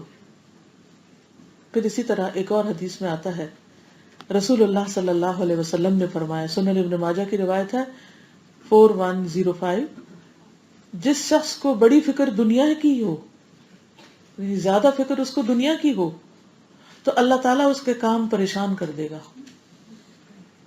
اور اس کی مفلسی غریبی اس کی دو آنکھوں کے درمیان کر دے گا، یعنی ہر وقت اس کا دھیان اور فکر اور ہم اور غم اس کی غریبی اور مفلسی پر رہے گا، یعنی پور کنڈیشن پر، کیونکہ وہ ہر وقت دنیا کے بارے میں سوچتا رہے گا، اللہ تعالیٰ اس کو دنیا کے بارے میں غمگین کر دے گا، اور دنیا اس کو اتنی ہی ملے گی جتنی اس کی تقدیر میں ہے، اور جس کی نیت اصل آخرت کی طرف ہو تو اللہ تعالیٰ اس کے سب کام درست کر دے گا اور اس کے دل میں بے پرواہی ڈال دے گا، اور دنیا جھک کر اس کے پاس آئے گی۔ اس کا یہ مطلب نہیں کہ وہ کوشش نہیں کرے گا، کوشش پہلا بھی کرے گا، کوشش دوسرا بھی کرے گا، پہلا پریشانی کے ساتھ حاصل کرے گا، دوسرا اطمینان کے ساتھ حاصل کرے گا۔ تو اطمینان حاصل کرنے کا یہ بہترین طریقہ ہے کہ انسان تقدیر پر ایمان رکھے اور کوشش میں لگا رہے، حرام نہیں حلال طریقوں سے اختیار کرے۔ دوسری چیز ہے موت، اجل، یعنی دنیا میں اس کے باقی رہنے کی مدت کہ کتنا باقی رہے گا، اور اس میں آپ دیکھیے کچھ لوگ تو پیدا ہوتے ہی مر جاتے ہیں، کسی کو 100 سال کی عمر دی جاتی، اور پچھلی امتوں میں جیسے نوح علیہ السلام 950 سال سے زیادہ دنیا میں رہے۔ تو لمبی عمر یا چھوٹی عمر انسان کے اختیار میں نہیں، اور اس سے بھی فرق نہیں پڑتا کہ کوئی انسان بہت تندرست ہے تو بہت لمبا جیے گا، اور اگر وہ بیمار رہتا ہے تو جلدی فوت ہو جائے گا۔ بعض لوگ بیماری کے باوجود بھی جو ان کی عمر ہوتی ہے وہ پوری کرتے ہیں، اور بعض اوقات صحت مند تندرست فٹ لوگ دنیا سے چلے جاتے ہیں۔ بعض خاندان میں لوگوں کی عمریں بظاہر دیکھنے میں بہت بڑی ہوتی ہے، لیکن ان کے اندر بھی بچے فوت ہوتے ہیں۔ وہ کہتے ہیں نا فلاں قبیلہ یا فلاں علاقہ وہاں پر عمریں بہت لمبی، اوور آل اللہ نے خود ہی فیصلہ کیا کہ کہاں کے لوگوں کی عمر کتنی لمبی ہوگی، لیکن ان کے تجربوں کو جب دوسرے امپلیمنٹ کرتے ہیں تو ضروری نہیں کہ وہی فارمولا ان پہ بھی چلے. اور یہ بھی نہیں ہوتا کہ ان میں سے سارے 100% ہی 100 ایئر جیتے ہیں. تناسب زیادہ ہو سکتا ہے، کم ہو سکتا ہے. تو اس وقت بھی اگر آپ دنیا پر نظر ڈالیں تو کچھ علاقوں کے لوگ جلدی فوت ہو جاتے ہیں، کچھ کے دیر سے ہوتے ہیں. اب جس کی کیا حکمت ہے یہ اللہ ہی کو پتا ہے. اور پھر اسی کے مطابق ان کے مزاج بھی بن جاتے ہیں، ایسی خوراک کو پسند کرنے لگتے ہیں، ایسے لائف سٹائل اختیار کر لیتے ہیں. لیکن یہ ہمارے ایمان کا حصہ ہے کہ عمر لکھی ہوئی ہے اور اس سے آگے نہیں جا سکتی اور نہ کم ہو سکتی ہے الا یہ کہ اللہ ہی چاہے. عبداللہ سے روایت ہے کہ نبی صلی اللہ علیہ وسلم کی بیوی ام حبیبہ نے کہا، اے اللہ مجھے میرے خاوند رسول اللہ صلی اللہ علیہ وسلم اور والد ابو سفیان اور بھائی معاویہ سے فائدہ دینا، ان سب کو میرے فائدے کا بنا دینا. آپ نے فرمایا تم نے اللہ سے سوال کیا ہے ایسی اجلوں یعنی زندگیوں کے لمبا ہونے کا جو مقرر کی جا چکی ہیں اور دن گنے جا چکے ہیں، ایسے رزق کو بڑھانے کا جس کی تقسیم ہو چکی ہے. ان میں سے کسی چیز کو وقت مقرر سے مقدم اور مؤخر نہیں کیا جا سکتا. اگر تم اللہ سے سوال کرتی کہ وہ تمہیں جہنم کے عذاب یا قبر کے عذاب سے پناہ دے تو وہ بہتر اور افضل ہوتا. یعنی توجہ انسان کی اپنے آخری انجام کی طرف زیادہ رہنی چاہیے، نہ کہ وہ انسان صرف دنیا ہی کی دعائیں مانگتا رہے. کیونکہ صرف دنیا مانگنا جو ہے وہ پسندیدہ نہیں ہے. یعنی دنیا مانگنا ناپسندیدہ نہیں کہ نہیں مانگنی چاہیے، لیکن صرف دنیا مانگنا درست نہیں ہے. وَمِنْهُمْ مَنْ يَقُولُ رَبَّنَا آتِنَا فِي الدُّنْيَا حَسَنَةً وَفِي الْآخِرَةِ حَسَنَةً وَقِنَا عَذَابَ النَّارِ. جو صرف دنیا مانگتے ہیں پھر ان کو صرف دنیا ہی ملتی ہے اور آخرت میں کوئی حصہ نہیں. دوسری چیز اس سلسلے میں یاد رکھنی چاہیے موت کے سلسلے میں کہ موت کی جگہ بھی لکھی ہوئی ہے، کہاں مرنا ہے. نبی صلی اللہ علیہ وسلم نے فرمایا جب تم میں سے کسی کی موت کسی زمین پر مقرر ہوتی ہے تو اسے وہاں جانے کی حاجت پڑ جاتی ہے، کوئی کام نکل آتا ہے. جب اپنے انتہا کے مقام پہ پہنچ جاتا ہے تو اللہ تعالیٰ اس کی روح قبض کر لیتا ہے اور قیامت کے دن وہاں کی زمین کہے گی اے مالک یہ تیری امانت حاضر ہے، کیونکہ وہیں اگر دفن ہو جاتا ہے تو پھر وہاں سے وہ نکالا جائے گا. اور یہ ایک بہت بڑی حقیقت ہے اور کئی ایسے واقعات گزرتے ہیں کہ جس سے یہ پتہ چلتا ہے کہ ایک شخص سالوں سال ایک جگہ میں رہ رہا تھا اور وہ کہیں گیا اور وہاں بغیر کسی وجہ کے اچانک ہارٹ اٹیک ہوا یا کوئی وجہ ہوئی تو فوت ہو گیا. ان تفصیلات یا قصوں میں جانے کی ضرورت نہیں، لیکن کانسیپٹ سمجھنا چاہیے. تیسری چیز عمل، کام. اور کام اور اعمال کتنی قسم کے؟ کون کون سے؟ قلبی، لسانی، بدنی قلبی، لسانی، بدنی. ٹھیک، جوارح کے، دل کے، زبان کے اور بدن کے. ٹھیک، تو یہ بھی لکھے جاتے ہیں. انس رضی اللہ عنہ سے مروی ہے کہ میں نے 10 سال تک نبی صلی اللہ علیہ وسلم کی خدمت کی. اس دوران اگر آپ نے مجھے کوئی کام کرنے کو کہا اور مجھ سے اس میں تاخیر ہو گئی یا کام نہ کر سکا تو آپ نے مجھے کبھی ملامت نہیں کی. اگر اہل خانہ میں سے کوئی اور ملامت کرتا تو آپ فرماتے اسے چھوڑ دو، اگر تقدیر میں لکھا ہوتا تو یہ کام ہو جاتا. یعنی تقدیر پر ایمان انسان کو کتنا ریلیکس کر دیتا ہے. لیکن یہ کہ کوشش کرنے کے بعد، یعنی کہ کوشش کی، بتایا گیا لیکن بھول گیا یہ شخص یا پورا نہیں کر پایا اس لمیٹڈ ٹائم میں. اب کڑنے کی اور جلنے کی اور ملامتیں کرتے رہنے کی پھر ضرورت کیا ہے؟ یہ مقدر میں ہوتا تو ہو جاتا. اللہ تعالیٰ کیا دیکھے گا؟ مقدر دیکھے گا یا ایفرٹ دیکھے گا؟ ایفرٹ دیکھے گا نا، رائٹ. یہ بات، یہ نقطہ سمجھ لیجئے. وَقُلِ اعْمَلُوا فَسَيَرَ اللَّهُ عَمَلَكُمْ، عمل کرو کیونکہ اللہ تمہارا عمل دیکھے گا. ہم مکلف ہیں کام کرنے کے اور ہدایت کے مطابق کام کرنے کے، باقی فیصلے اللہ کے ہیں، باقی معاملے اللہ کے ہیں. آپ کا ارادہ تھا، اللہ کا نہیں تھا. اب جب یہ بھول گئے اور اللہ کو پتا ہے کہ آپ جان بوجھ کے نہیں آپ نے کوئی کام چوری کی، تو کیا اللہ تعالیٰ اس پہ آپ کو سزا دے گا کہ آپ کیوں نہیں گئے تھے وہاں؟ کیونکہ اللہ ہم سے زیادہ ہم کو جانتا ہے نا. حتیٰ کہ وہ بندوں کے دل میں بھی ڈال دیتا ہے کہ یہ بندہ سچا ہے. تو اللہ تعالیٰ جو سچ بولتا ہے اس کے لیے رستے آسان کر دیتا ہے. وَصَدَّقَ بِالْحُسْنَى فَسَنُيَسِّرُهُ لِلْيُسْرَى. کیونکہ ہم بعض اوقات کچھ انسان جیسے کچھ لوگوں کی عادت ہوتی ہے بھول جاتے ہیں، کچھ لوگ کچھ کام صحیح سے نہیں کرتے، تو پھر ہم بعض اوقات ان کو کچھ کہہ دیتے ہیں، بعض اوقات نہیں کہتے مگر اپنی جان کھائے رکھتے ہیں. کچھ لوگ کسی پل چین میں نہیں ہوتے، ہر وقت پریشان رہتے ہیں. کیوں؟ پھر کوشش کر لیے نا، اب آرام سے بیٹھو. پیپر دے دیا، پاس ہونا ہو تو ہو جائیں گے، نہیں ہونا ہو تو دوبارہ دے دیں گے. بگ ڈیل، کیا مسئلہ ہے؟ اس میں کوئی خیر ہوگی کہ اللہ تعالیٰ ہم سے دوبارہ پڑھوانا چاہتا ہے؟ اتنا آپ کو ریلیکس کر دے گا تقدیر پر ایمان، لیکن ساتھ ہی ان حکموں پر بھی عمل کے جو آپ کو ایفرٹ لگانے کے لیے کہے گئے، کیونکہ اللہ کے ہاں ایفرٹ دیکھی جائے گی کہ آپ کیا تھے یا آپ کیا کرتے تھے. پھر اس کے بعد چوتھی چیز کیا لکھی جاتی ہے کہ بدبخت ہے یا نیک بخت، یا نیک بخت ہے یا بدبخت، یعنی اس کا آخری انجام کیا ہوگا، اس کا اینڈ ریزلٹ کیا ہوگا. خوش نصیب وہ ہوتا ہے جس کے لیے خوشی مکمل ہو جائے، اور بدبخت اس کے برعکس ہے. قرآن مجید میں سورۃ ہود میں 105 سے 108 میں آیات ہیں، فَمِنْهُمْ شَقِيٌّ وَسَعِيدٌ فَأَمَّا الَّذِينَ شَقُوا فَفِي النَّارِ لَهُمْ فِيهَا زَفِيرٌ وَشَهِيقٌ خَالِدِينَ فِيهَا مَا دَامَتِ السَّمَاوَاتُ وَالْأَرْضُ إِلَّا مَا شَاءَ رَبُّكَ إِنَّ رَبَّكَ فَعَّالٌ لِمَا يُرِيدُ وَأَمَّا الَّذِينَ سُعِدُوا فَفِي الْجَنَّةِ خَالِدِينَ فِيهَا مَا دَامَتِ السَّمَاوَاتُ وَالْأَرْضُ إِلَّا مَا شَاءَ رَبُّكَ عَطَاءً غَيْرَ مَجْذُوذٍ. پھر ان میں سے کوئی بدبخت ہوگا اور کوئی خوش قسمت. تو جو بدبخت ہوئے سو وہ آگ میں ہوں گے، ان کے لیے اس میں گدھے کی طرح آواز کھینچنا اور نکالنا ہے، ہمیشہ اس میں رہنے والے جب تک سارے آسمان اور زمین قائم ہیں، مگر جو تیرا رب چاہے. بے شک تیرا رب کر گزرنے والا ہے جو وہ چاہتا ہے. اور رہ گئے وہ جو خوش قسمت بنائے گئے تو وہ جنت میں ہوں گے، ہمیشہ اس میں رہنے والے جب تک سارے آسمان اور زمین قائم ہیں، مگر جو تیرا رب چاہے. ایسا عطیہ جو قطع کیا جانے والا نہیں، ایسی عطا اور بخشش جس کا سلسلہ کبھی ختم نہیں ہوگا. تو اصل خوش قسمتی اور بدقسمتی انجام کے اعتبار سے ہے. ہم دنیا میں ہی اگر کسی کو دنیا مل جائے تو ہم کہتے ہیں بڑا خوش قسمت ہے، اور اگر دنیا میں کسی کا کچھ نقصان یا کوئی حادثہ ہو جائے اس کے ساتھ ہم کہتے ہیں کیا بدقسمت ہے. نہیں، ہو سکتا ہے دنیا میں جن کو آپ بدقسمت سمجھتے ہو وہ آخرت میں بڑے ہی خوش قسمت ہوں، اور دنیا میں جن کو آپ صرف دنیاوی چکا چوند کی وجہ سے خوش قسمت سمجھ رہے ہیں وہ آخرت میں بڑے بدبخت ہوں. اصل خوش قسمتی اور بدقسمتی آخری انجام کے ساتھ ہے کہ وہاں کون کامیاب ہوتا ہے. تو یہ دراصل تقدیر کا حصہ ہے کہ اللہ کو پہلے سے ہی پتا ہے کہ کون اختیارات جس کو دیے جائیں گے تو وہ کرے گا کیا. پھر آپ دیکھیے کہ اس کے بعد آتا ہے فواللہ الذی، پس قسم ہے اللہ کی وہ ذات، لا الہ غیرہ جس کے سوا کوئی الہ نہیں، ان احدکم بے شک تم میں سے ایک لیعمل بعمل اہل الجنہ جنت والوں جیسے کام کر رہا ہوتا ہے. بظاہر، لفظ بظاہر یہاں لکھ لیجئے تو مسئلہ فوراً حل ہو جائے گا. حتی ما یکون بینہ و بینہا الا ذراع، یہاں تک کہ اس کے اور جنت کے بیچ میں ایک ہاتھ کا فاصلہ رہ جاتا ہے.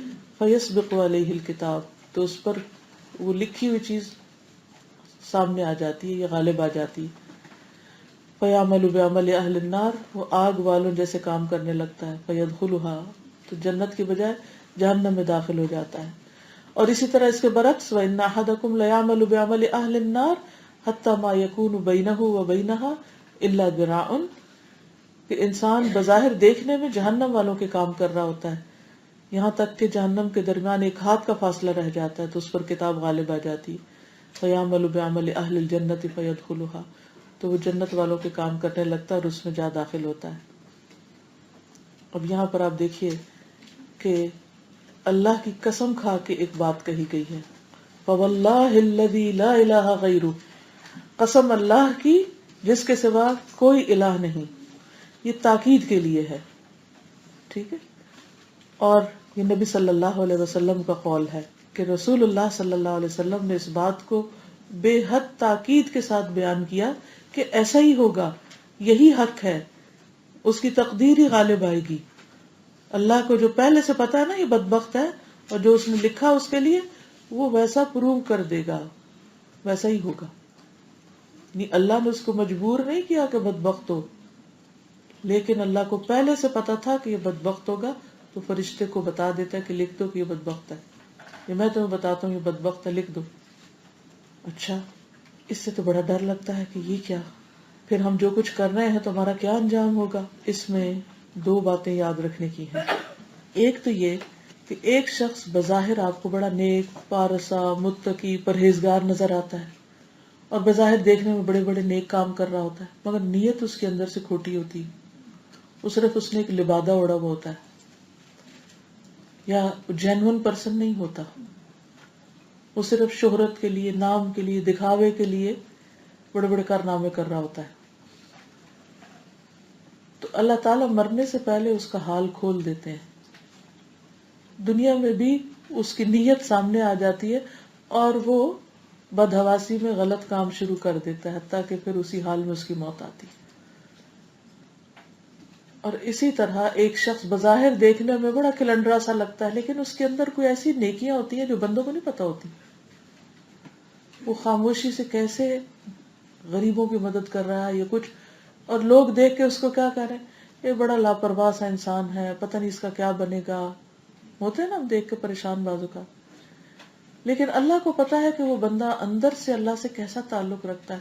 تو اللہ تعالیٰ اس کا حال دنیا میں ہی کھول دیتے ہیں، مرنے سے پہلے اس کا پورا رجحان دین کی طرف ہو جاتا ہے اور اس کی موت بڑی نیکی کے عالم میں ہوتی ہے، وہ بڑی خیر کی جگہ پر ہوتی ہے.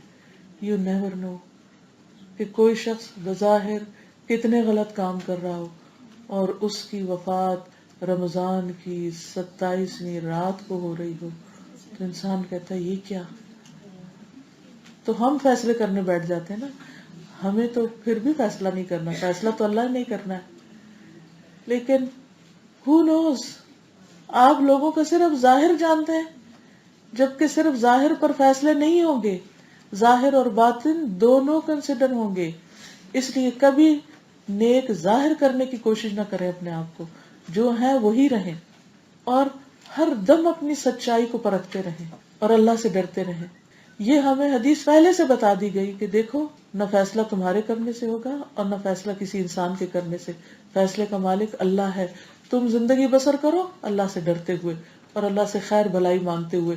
اور جیسے میں نے پہلے عرض کیا تھا نا کہ جو شخص سچا ہے، مخلص ہے، سنت کی پیروی کرنے والا، جینون ہے، کوئی اس کے اندر دھوکہ فریب نہیں، کوئی لبادہ اس نے نہیں اوڑا ہوا، کوئی وہ دنیا کی رونقیں اور دنیا کی زینت اور دنیا کی نام بری چاہنے کے لیے کچھ نہیں کر رہا، کیا اللہ اس کو رسوا کر دے گا؟ ہرگز نہیں. لیکن اگر کوئی دھوکہ باز ہے تو اللہ تعالیٰ اس کا بھی پول کھول دے گا، اور اگر دنیا میں نہیں کھلا کل قیامت کے دن پوری دنیا کے سامنے رسوائی ہوگی اس کی. تو اس لیے ہم میں سے ہر ایک کو اپنا معاملہ اللہ کے ساتھ سچا کرنے کی ضرورت ہے. جب اللہ کے ساتھ سچا ہو جاتا ہے تو پھر لوگوں کی باتیں بھی ہرٹ نہیں کرتی. تو بندہ کیا کہتا ہے، لوگ تانے دیتے ہیں نا بعض اوقات نیکی کے، اچھا تمہاری نماز تمہیں یہ حکم دیتی، تمہارا حجاب تمہیں یہ کہتا ہے، تم ایسے ہو تم ویسے ہو. آپ کو پتا ہوتا ہے نا آپ کیا کر رہے ہیں. بعض اوقات آپ جنرلی کوئی چیز بھول جاتے ہیں نا، تو کوئی انسان آپ کو یہ کہتا ہے اچھا ویسے تم بڑا حجاب کرتی اور تم میٹنگ میں نہیں پہنچی. تو اب اس کو تو نہیں پتا نا، اگر کوئی آپ کو تانا دے، آپ کو پتا ہے نا کہ آپ کے ساتھ کیا ہوا اور اللہ کو پتا ہے کہ کیا ہوا، اللہ زیادہ جانتا ہے نا. اب حضرت عائشہ کے اوپر جب الزام لگا تھا تو اللہ کو پتا تھا نا. تو ہماری ہر دم اسٹرگل کیا ہونی چاہیے، اس چکر میں بیٹھ جانے کی ضرورت نہیں. اچھا پتہ نہیں اگر جنت لکھی ہوئی تو خود ہی پہنچ جائیں گے، جہنم لکھی ہے تو خود ہی پہنچ جائیں گے، پھر کچھ کرنے کی ضرورت نہیں. ہرگز نہیں. ہمیں کہا گیا عمل کرتے جاؤ اور سچائی کے ساتھ، اور ہر دم اپنا تزکیہ کرتے رہو، آگے بڑھتے رہو، جہاں پہنچنا ہوگا پہنچ جاؤ گے. اور حضرت عمر کیا دعا کرتے تھے، اللہ اگر تو نے ہمارا نام بدبختوں میں لکھ رکھا ہے تو تو ہمیں نیک بختوں میں کر دے، کیونکہ تیرے ہی ہاتھ میں ہے کتاب، تو جو چاہتا ہے مٹا دیتا ہے، جو چاہتا ہے لکھ لیتا ہے. شروع میں نے عرض کیا تھا نا، کسی چیز کو پیدا کرنا، اس کو مارنا اور اس میں تبدیلی کرنا، یہ تینوں اللہ کے اختیار میں ہے. تو جس کو یہ اس حدیث کو پڑھ کے ڈر لگ جائے پھر وہ کیا کرے، اللہ سے تڑپ تڑپ کے دعائیں مانگے، اللہ مجھے جہنم نہیں، مجھے جنت چاہیے، مجھے تیرے دیدار سے محرومی نہیں چاہیے، مجھے تیرا دیدار چاہیے. یا رب مجھے بدبختوں میں نہ کرنا، مجھے تو نیک بختوں میں کر دے. یا اللہ میں اپنے عمل کے ذریعے نہیں جا سکتا، تو ہی مجھے راہ دکھا دے. اور تقدیر پر اگر سچا ایمان ہو جائے تو اللہ سے اتنا مضبوط تعلق ہوتا ہے، بندہ ساری دنیا کا ڈر چھوڑ کے صرف اللہ سے ڈرنے لگتا ہے. اور اللہ تعالیٰ اس کا خاتمہ بھی اچھا کر دیتا ہے اور اس کو کیونکہ اللہ تعالیٰ کو بہت زیادہ ہماری بہت بڑی بڑی چیزوں کی نہیں، سچائی کی ضرورت ہے. فَأَمَّا مَنْ أَعْطَى وَاتَّقَى وَصَدَّقَ بِالْحُسْنَى فَسَنُيَسِّرُهُ لِلْيُسْرَى. اللہ کا وعدہ ہے، جو دینے والا ہے، جو دیتا ہے، جو ڈرتا ہے، جو بھلائی کی ہر اچھی بات کی تصدیق کرتا ہے، اللہ اس کے لیے جنت آسان کر دیتا ہے، اس کے لیے نیکی کی طرف جانے کے راستے آسان کر دیتا ہے. اور جو بخل کرتا ہے اور جھٹلاتا ہے اور بے پرواہی برتتا ہے، ہدایت آئی ہے نہیں آئی کچھ اس کو پرواہ نہیں ہے، تکبر میں مبتلا ہے اور ہر اچھی بات کو کاٹنے کی کوشش کرتا ہے، ہر اس کے خلاف کوئی حجت بازی کر لیتا ہے، سمجھنے کی بات کی بجائے الٹی الٹی باتیں کرتا ہے کہ جی اگر تقدیر میں ہی لکھا ہے تو پھر کرنے کا کیا فائدہ. کہیں بھی یہ نہیں کہا کہ اور کس کو پتا کہ میری تقدیر میں کیا لکھا ہے. ہمیں تو کس چیز کا مکلف کیا گیا کہ ہم اپنے اینڈ ریزلٹ کو جان لیں وقت سے پہلے یہ کام کریں. ہمیں تو کوشش کرنی ہے، محنت کرنی ہے، اسٹرگل کرنی ہے. بات یہ ہے کہ جس کے اندر فراڈ چھپا ہوا ہے، یہ دھوکہ بازی ہے، تو وہ پھر نکلے گی اور اس کو حاویہ کی طرف لے جائے گی. اور جو دلوں کا تنگ ہے، اس کے اندر ایک کنسٹرکشن ہے اور تنگ دلی سے رہتا ہے اور لوگوں کے اوپر بھی باتیں بناتا ہے اور غلط غلط باتیں سوچتا ہے، تو اس سے کیا ہے کہ پھر اللہ کھول دے گا اس کو. یاد رکھیے سچائی بھی چھپی نہیں رہتی، جھوٹ بھی چھپا نہیں رہتا، ہر چیز کے ظاہر ہونے کا ایک وقت ہوتا ہے. تو یہاں اس آخری حصے سے کیا پتا چلتا ہے کہ وہ جو اللہ کو پہلے سے پتا تھا نا یہ کیسا ہے، تو اس نے پہلے سے ہی بتا دیا تھا. وہ جو لکھا ہوا نا کہ بدبخت ہے کہ نیک بخت، وہ اللہ کا علم سابق ہے جو اس کی یعنی قضا سے پہلے اس کو پتا ہے اس کی قدر کی، یہ اس نے یہ کرنا ہے، اس کو میں یہ سارے اختیارات دوں گا تو یہ سے یہ کرے گا. ہمارا علم کتنا محدود ہے، لیکن ہمیں پتا ہوتا ہے کہ اگر ہم اپنے بچے کو کوئی چیز پکڑائیں گے تو وہ پھینک دے گا، تو اسی لیے ماں کیا کہتی ہے نا اس کو مت دینا یہ توڑ دے گا. تو آپ کو کیا پتا نہ ہی توڑے، تجربہ آپ کا کہتا ہے کہ توڑ دے گا نا، آپ کا علم کہتا ہے کہ توڑ دے گا، تو اس لیے آپ دوسرے کو منع کر رہے ہیں. اس کو نہیں پتا، اس کا علم تجربہ نہیں، آپ کا ہے. تو محدود علم اور تجربے کے ساتھ اگر انسان پریڈکٹ کر سکتا ہے تو اللہ جس کا علم کامل ہے، کیا وہ پہلے سے نہیں بتا سکتا کہ یہ بدبخت ہے کہ یہ نیک بخت ہے؟ وہ پہلے سے ہی بتا سکتا ہے. اس لیے یہ کہنا کہ اب چونکہ ہم لکھ ہی دیے گئے تو کچھ بھی نہ کریں، یہ نہیں کہا گیا، یہ نہ یہ اس حدیث سے یہ مطلب نکلتا ہے.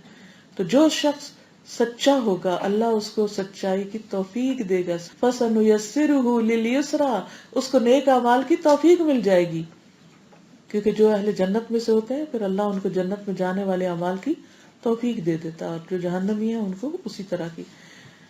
اور یہ اللہ کو پہلے سے ہی پتا ہوتا ہے. اور نبی صلی اللہ علیہ وسلم کے دور میں ایک شخص جو تھا جنگ میں شریک ہوا، اور جنگ میں شریک ہونے کے بعد اس نے بہت بہادری دکھائی. تو لوگوں نے آ کے نبی صلی اللہ علیہ وسلم سے ذکر کیا کہ فلاں شخص تو بس کسی کو چھوڑ ہی نہیں رہا تھا، اتنے لوگ مارے اس نے، لیکن آپ نے فرمایا مگر وہ اہل جہنم میں سے. تو حضرت سہل کے دل میں لگ گئی یہ بات، وہ کہنے لگی کہ میں اب یہ دیکھوں گا کہ کرتا کیا ہے، کیوں آپ نے اس کے بارے میں یہ کہا کہ اتنا اچھا ہے بظاہر دیکھنے میں، کتنی جوش سے لڑ رہا ہے. تو کہتے ہیں کہ اس کے بعد میں اس کا پیچھا شروع کر دیا. وہ جہاں جاتا میں اس کے پیچھے، وہ تیز جاتا میں تیز جاتا، وہ جہاں رکتا میں رک جاتا. تو ہوا یہ کہ اس کو آ کے تیر کوئی لگا جس سے وہ تڑپنے لگا. تو اس نے چاہا کہ اس کی موت جلدی واقع ہو جائے، تو اس نے اپنی تلوار سے اپنے آپ کو ختم کر دیا. تو واپس آ کے بتایا کہ آپ نے سچ کہا تھا. تو بظاہر دیکھنے میں ایک شخص کا عمل بہت بڑا دکھ رہا ہوتا ہے، لیکن کوئی پتہ نہیں، کوئی شخص اس وقت تک خوش قسمت نہیں جب تک کہ اس کا انجام اچھا نہیں ہوتا، اس کی موت صحیح واقع نہیں ہوتی. ایسے کئی ایک واقعات ہیں اس طرح. اسی طرح ایک اور شخص جس کی کل بھی میں نے مثال دی تھی، اسیرم جو انصار میں سے تھا، وہ پہلے اس کے کچھ معاملے تھے ان کو سیدھا کر رہا تھا. تو اتنے میں جنگ احد کا وقت آ گیا تو اس کو مسلمان ہوا. جب گیا تو دیکھا سارے مسلمان تو کہیں گئے ہوئے ہیں، وہ کہتا میں بھی جاتا ہوں، جا کے لڑنا شروع کر دیا اور اس میں شہید ہو گیا. حالانکہ ایک نماز نہیں پڑھی تھی اس نے اور کچھ بھی نہیں ابھی کیا تھا. لیکن اس کو لوگوں نے کہا بھی، پوچھا بھی کہ تم کیوں آئے ہو؟ دیکھا کہ میں اللہ اور رسول کی خاطر آیا ہوں، ان کے حکم پر آیا ہوں، کوئی اور چیز تو ملا ہی نہیں. میرے پہلے کچھ کام تھے بس وہ میرے پورے ہوئے تو میں آیا ہوں. I was struggling with something. اس نے دیر نہیں کی، اس کو پہلا کام لڑنا پڑ کے کیا آسان ہے؟ یعنی ذرا تھوڑا سا اس کے پارٹ میں بھی سوچئے کہ پہلا کام جو اس کو نظر آیا اسلام لانے کے بعد وہ کیا تھا؟ جہاد، جو سب سے مشکل کام ہے. نماز آسان ہے، باقی کام آسان ہے. تو اس جینون تھا نا، سچا تھا، اس نے کوئی بہانہ کر کے بیٹھ نہیں گیا. اچھا ابھی تو پھر میں ذرا آرام کرتا ہوں، اسلام تو لے آیا ہوں اور ابھی تو میں نے کچھ سیکھا نہیں، تو وہ ذرا حضور صلی اللہ علیہ وسلم واپس آ جائے نا، پھر میں کچھ کروں گا. نہیں، وہ سچا تھا نا. اس نے کہا اس وقت کا تقاضا کیا ہے، اس وقت کس چیز کا بلاوا ہے، اسی کو اطاعت کہتے ہیں نا. اللہ تعالیٰ ہم سے کیا دیکھ رہا ہے کہ ہماری بندگی اور اطاعت کیسی ہے. اما من آتا واتقا، اندر کیا ہے، وصدق بالحسنى فسنيسره لليسرى. تو ہمارے اندر کیا رہنا چاہیے کہ اللہ ہم تیرے بندے، تیرے وفادار، تیرے آگے جھکنے والے، اور باقی فیصلے تیرے اپنے ہیں.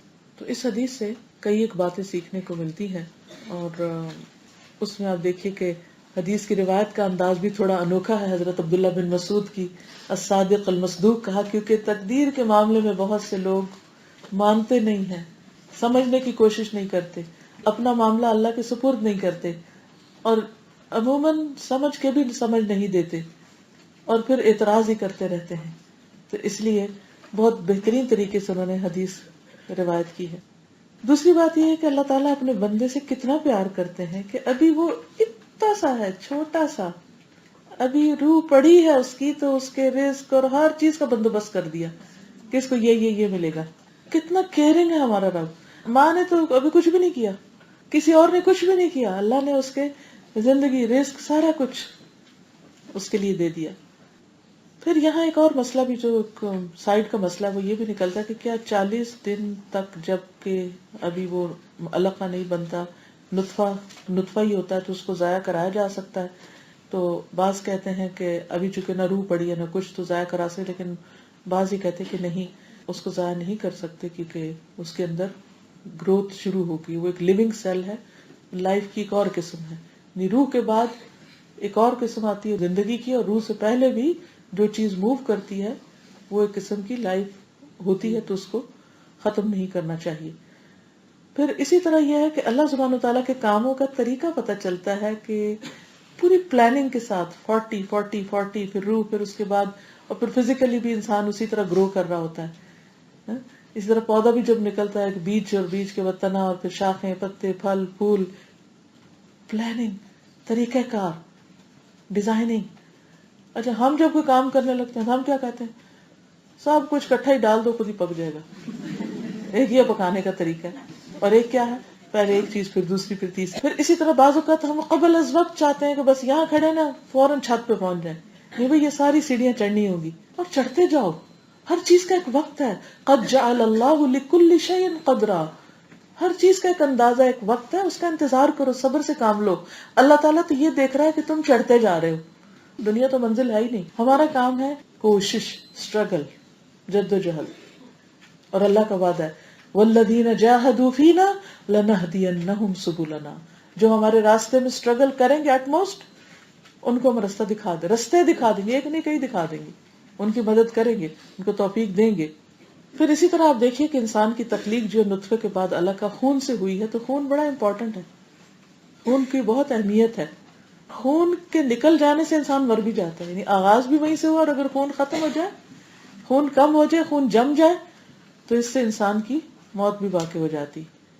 پھر اسی طرح یہ ہے کہ خون کی قیمت لینا دینا بھی ممنوع ہے اسلام میں، یعنی خون بیچا نہیں جا سکتا. لیکن اب بعض اوقات خریدنا پڑتا ہے لوگوں کو، بیچاروں کو، جب لائف سیونگ کے لیے، لیکن وہ مجبوری کی حالت ہے. لیکن حکم یہی. پھر اسی طرح یہ جیسے جانور ذبح کرتے تو وہ خون بھی جمع کر کے بیچنا نہیں چاہیے، اس کو بہا دینا چاہیے، دمن مسفوحا. پھر آپ دیکھیے کہ یہ جو اللہ سبحانہ وتعالیٰ کی قدرت ہے نا، جس نطفہ تھا، نطفے سے علقہ ہوا، علقہ سے مضغہ ہوا، اور مضغہ کے بعد جس کو چاہتا ہے جیسی رنگ، شکل، صورت، سب اللہ کا فیصلہ ہے. اس لیے بندوں کے رنگ و شکلوں پر نہیں ہنسنا چاہیے، اور نہ ریشسٹ ہونا چاہیے. جس کسی کو بھی دیکھے اور اگر ذرا حیرت ہو یا اپنے سے ڈفرنٹ معلوم ہو، تو کہنا یہ میرے رب کی تخلیق. کسی کا ناک بہت چوڑا ہے، یا کسی کی آنکھیں چھوٹی ہیں، یا کسی کے بال، یا کسی کا سائز یا حلیہ یا اس کے دانت یا اس کی کوئی بھی انداز آپ کو پسند نہیں آ رہا، کہا کریں یہ میرے رب نے بنایا، یہ مجھے کوئی حق نہیں اعتراض کرنے کا. اسی طرح کسی کو ہینڈی کیپ دیکھے، ڈسیبل دیکھے، تو اس میں بھی آپ اس میں ہنسے نہیں. کوئی لولا ہو، لنگڑا ہو، اندھا ہو، کانا ہو، بہرا ہو، اس سے سبق لینا چاہیے کہ اللہ نے مجھے ایسے بنایا، اس کو ایسا، مجھے بھی وہ بنا سکتا تھا. تو اس لیے سب چیزیں اللہ کی تخلیق اور اللہ کے فیصلوں پر راضی ہونا چاہیے. پھر اسی طرح یہ ہے کہ جب روح پھونک کے جانے کے بعد مس کیریج ہوتا ہے تو نفاس ہوتا ہے. نفاس اس سے پہلے اگر 1 مہینے کا اگر وہ ختم ہو جاتا ہے نطفہ، تو اس کے بعد آپ اگر تھوڑی بہت بلیڈنگ ہوتی تو نماز پڑھ سکتے ہیں، کیونکہ بچے کی پیدائش کے بعد نفاس ہوتا ہے. بچہ جب تک وہ نہیں بنتا تو وہ جو بلیڈنگ یعنی وہ جو فیٹس کے گرنے سے ہے وہ اس میں نماز پڑھی جاتی ہے. ٹھیک ہے. ہاں اگر پیریڈز کے دن ہو تو پیریڈز کی وجہ سے آپ چھوڑ دیں گے. مسئلہ سمجھ آیا نہیں آیا؟ جب 4 مہینے گزر جاتے ہیں اور ہاتھ پاؤں بن جاتے ہیں اور وہ بچہ نظر آنے لگتا ہے تو مس کیریج اگر ہو جاتا ہے کسی کا تو پھر جو بلیڈنگ ہوگی اس پر نماز چھوڑیں گے آپ. لیکن اگر وہ نطفہ ہے یا علقہ ہے یا پھر ابھی مزغی تھا اور وہ ساکت ہو گیا اور آپ کو بلیڈنگ شروع ہو گئی اور وہ بلیڈنگ آپ نے دیکھا کہ اوہ یہ تو پیریڈز کے دن ہے تو نماز چھوڑ دیں. اور اگر پیریڈز کے دن نہیں ہے ویسے سپاٹنگ ہو رہی ہے تو نماز پڑھتے جائیں، روزہ رکھ لیں.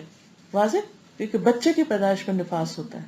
نفاس ہوتا ہے وہ بلیڈنگ جو بچے کی پیدائش کے بعد ہوتی ہے. ابارشن ہو جائے اگر بچہ ابارٹ ہو گیا، پیریڈز شروع ہو جاتے ہیں نا، بلیڈنگ ہوتی، کچھ لوگوں کو نہیں ہوتی کچھ کو ہوتی، تو اب نماز کا کیا کریں لوگ پوچھتے ہیں نا. تو اس لیے آپ لوگوں کو مسئلہ بتا رہی ہوں، اس میں پھر پڑھتے ہیں. ٹھیک ہے. نفاس ہوتا ہے جب بچے کے ہاتھ پاؤں بن چکے ہوں، روح پڑ چکی ہو، پھر وہ پیدا ہو جائے، پھر اس کے بعد اس کو دفنایا بھی جائے گا، جنازہ بھی ہوگا، نام بھی رکھا جائے گا، چاہے وہ بالکل چھوٹا سا ہی کیوں نہ، اس کا غسل، کفن، دفن. لیکن اگر 4 ماہ پورے نہیں ہوئے تو پھر نہ غسل ہوگا، نہ کفن، نہ نماز جنازہ، نہ عقیقہ، نہ کچھ. ماں کے پیٹ میں اگر وہ ہل رہا تھا اور اندر ہی ڈیتھ ہو گئی اس کی، کیونکہ روح پڑی ہوئی تھی نا، پہلے موومنٹ ہو رہی تھی سارا کچھ، پھر اچانک دل بند ہو گیا اس کا. چلیے آگے چلے، کیونکہ روح پھونکی جا چکی تھی نا. اچھا اب یہ ہے کہ جب روح پھونکی جا چکی ہو تو بچے کو اگر کوئی مار دیتا ہے کہ جی ڈاکٹر کہتا ہے یہ ڈسیبل بچہ ہے تو اس کو ختم کر دو یا ماں کی زندگی ختم ہو جائے گی، تو اس بچے کو ختم کرنا قتل کے برابر ہے.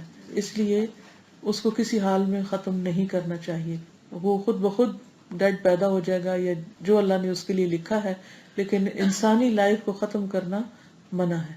اب یہ جو بات ہے نا یہ بہت زیادہ دہرائی جاتی ہے کہ جب سب کچھ لکھا ہوا تو اسباب اختیار کرنے کی کیا ضرورت ہے اور پھر کچھ کرنے کی کیا ضرورت ہے، پھر ہاتھ پہ ہاتھ دھریں، پھر ہماری قسمت میں تو مل ہی جائے گا. یہ چیز ہمارے دین میں نہیں ہے. ہمارے لیے کوشش کرنا شرط ہے. رسول اللہ صلی اللہ علیہ وسلم نے فرمایا، صحیح مسلم کی روایت ہے، طاقتور مومن اللہ کے نزدیک کمزور مومن سے بہتر اور پسندیدہ ہے. ہر بھلائی میں ایسی چیز کی حرص کرو جو تمہارے لیے نفع مند ہے. احرص علی ما ینفعک، اور اللہ سے مدد طلب کرتے رہو اور عاجز مت بنو. اگر تم پر کوئی مصیبت آئے تو یہ نہ کہو کاش میں ایسا اور ایسا نہ کرتا، کیونکہ کاش شیطان کا دروازہ کھول دیتا ہے. اللہ نے ایسے ہی لکھا تھا، ایسے ہی ہونا تھا. نبی صلی اللہ علیہ وسلم ایک جنازے میں تشریف فرما تھے. آپ نے ایک چیز لی اور اس سے زمین کو ریدنے لگے، کسی لاٹھی وغیرہ سے. فرمایا تم میں سے کوئی شخص ایسا نہیں جس کا جہنم کا ٹھکانہ یا جنت کا ٹھکانہ لکھا نہ جا چکا ہو. صحابہ نے عرض کیا، یا رسول اللہ صلی اللہ علیہ وسلم، کیا پھر ہم اپنی تقدیر پہ بھروسہ نہ کر لیں اور نیک عمل چھوڑ نہ دیں؟ آپ نے فرمایا نیک عمل کرو. ہر شخص کو ان اعمال کی توفیق دی جاتی ہے جس کے لیے وہ پیدا ہوا ہے. جو نیک ہوگا اسے نیک عملوں کی توفیق مل جائے گی اور جو بدبخت ہوتا ہے اسے بد عمل کی توفیق ہوتی ہے. اور پھر آپ نے یہی آیت پڑھی، فَأَمَّا مَنْ آتَى وَاتَّقَى وَصَدَّقَ بِالْحُسْنَى. تو اس لیے نیک عمل کرتے رہنے کی اور دعائیں مانگنے کی ضرورت ہے. تو یہ کہنے کی بجائے کہ کچھ کرنے کی ضرورت نہیں، کیا کریں؟ کوشش اور دعا.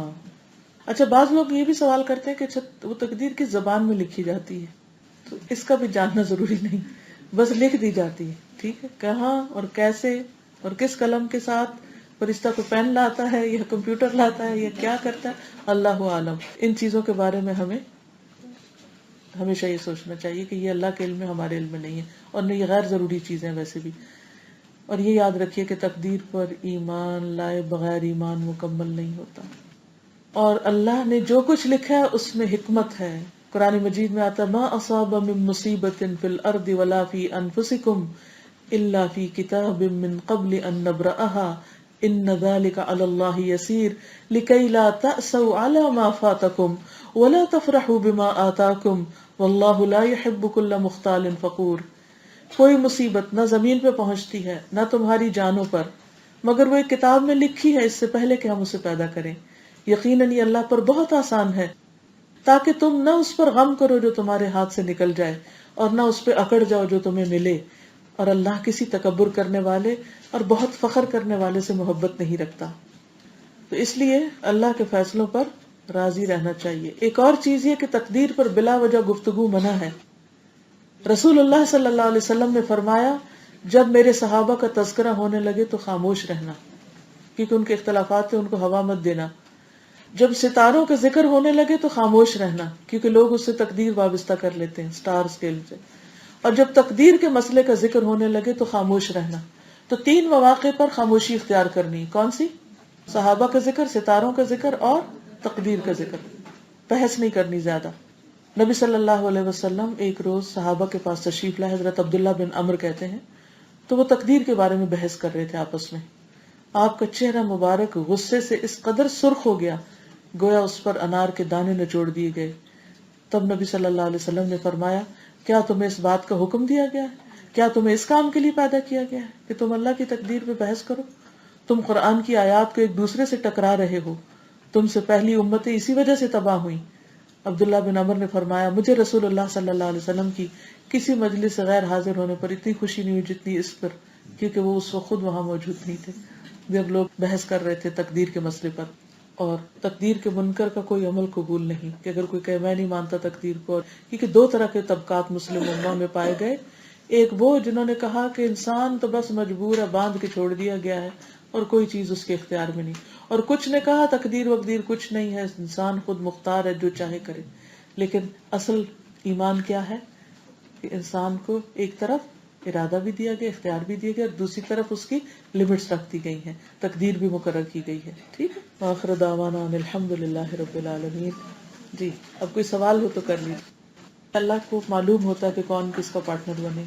استخارہ اصل میں دعا ہے خیر مانگنے کی. وہی جو نا کہ دعا جب انسان کرتا ہے تو اس میں کیا کہتا ہے اللہ آپ کے علم ہے، اللہم انی استخیرک بعلمک واستقدرک بقدرتک واسألک من فضلک العظیم فانک تعلم ولا اعلم فانک تقدر ولا اقدر ان كنت تعلم ان هذا الامر خیر لی فی دینی ومعاشی وعاقبۃ امری فاقدره لی ویسر لی وان كنت تعلم ان هذا الامر شر لی فی دینی ودنیای وعاقبۃ امری فاصرفه عنی واصرفنی عنہ واردنی واقدر لی الخیر حیث کان.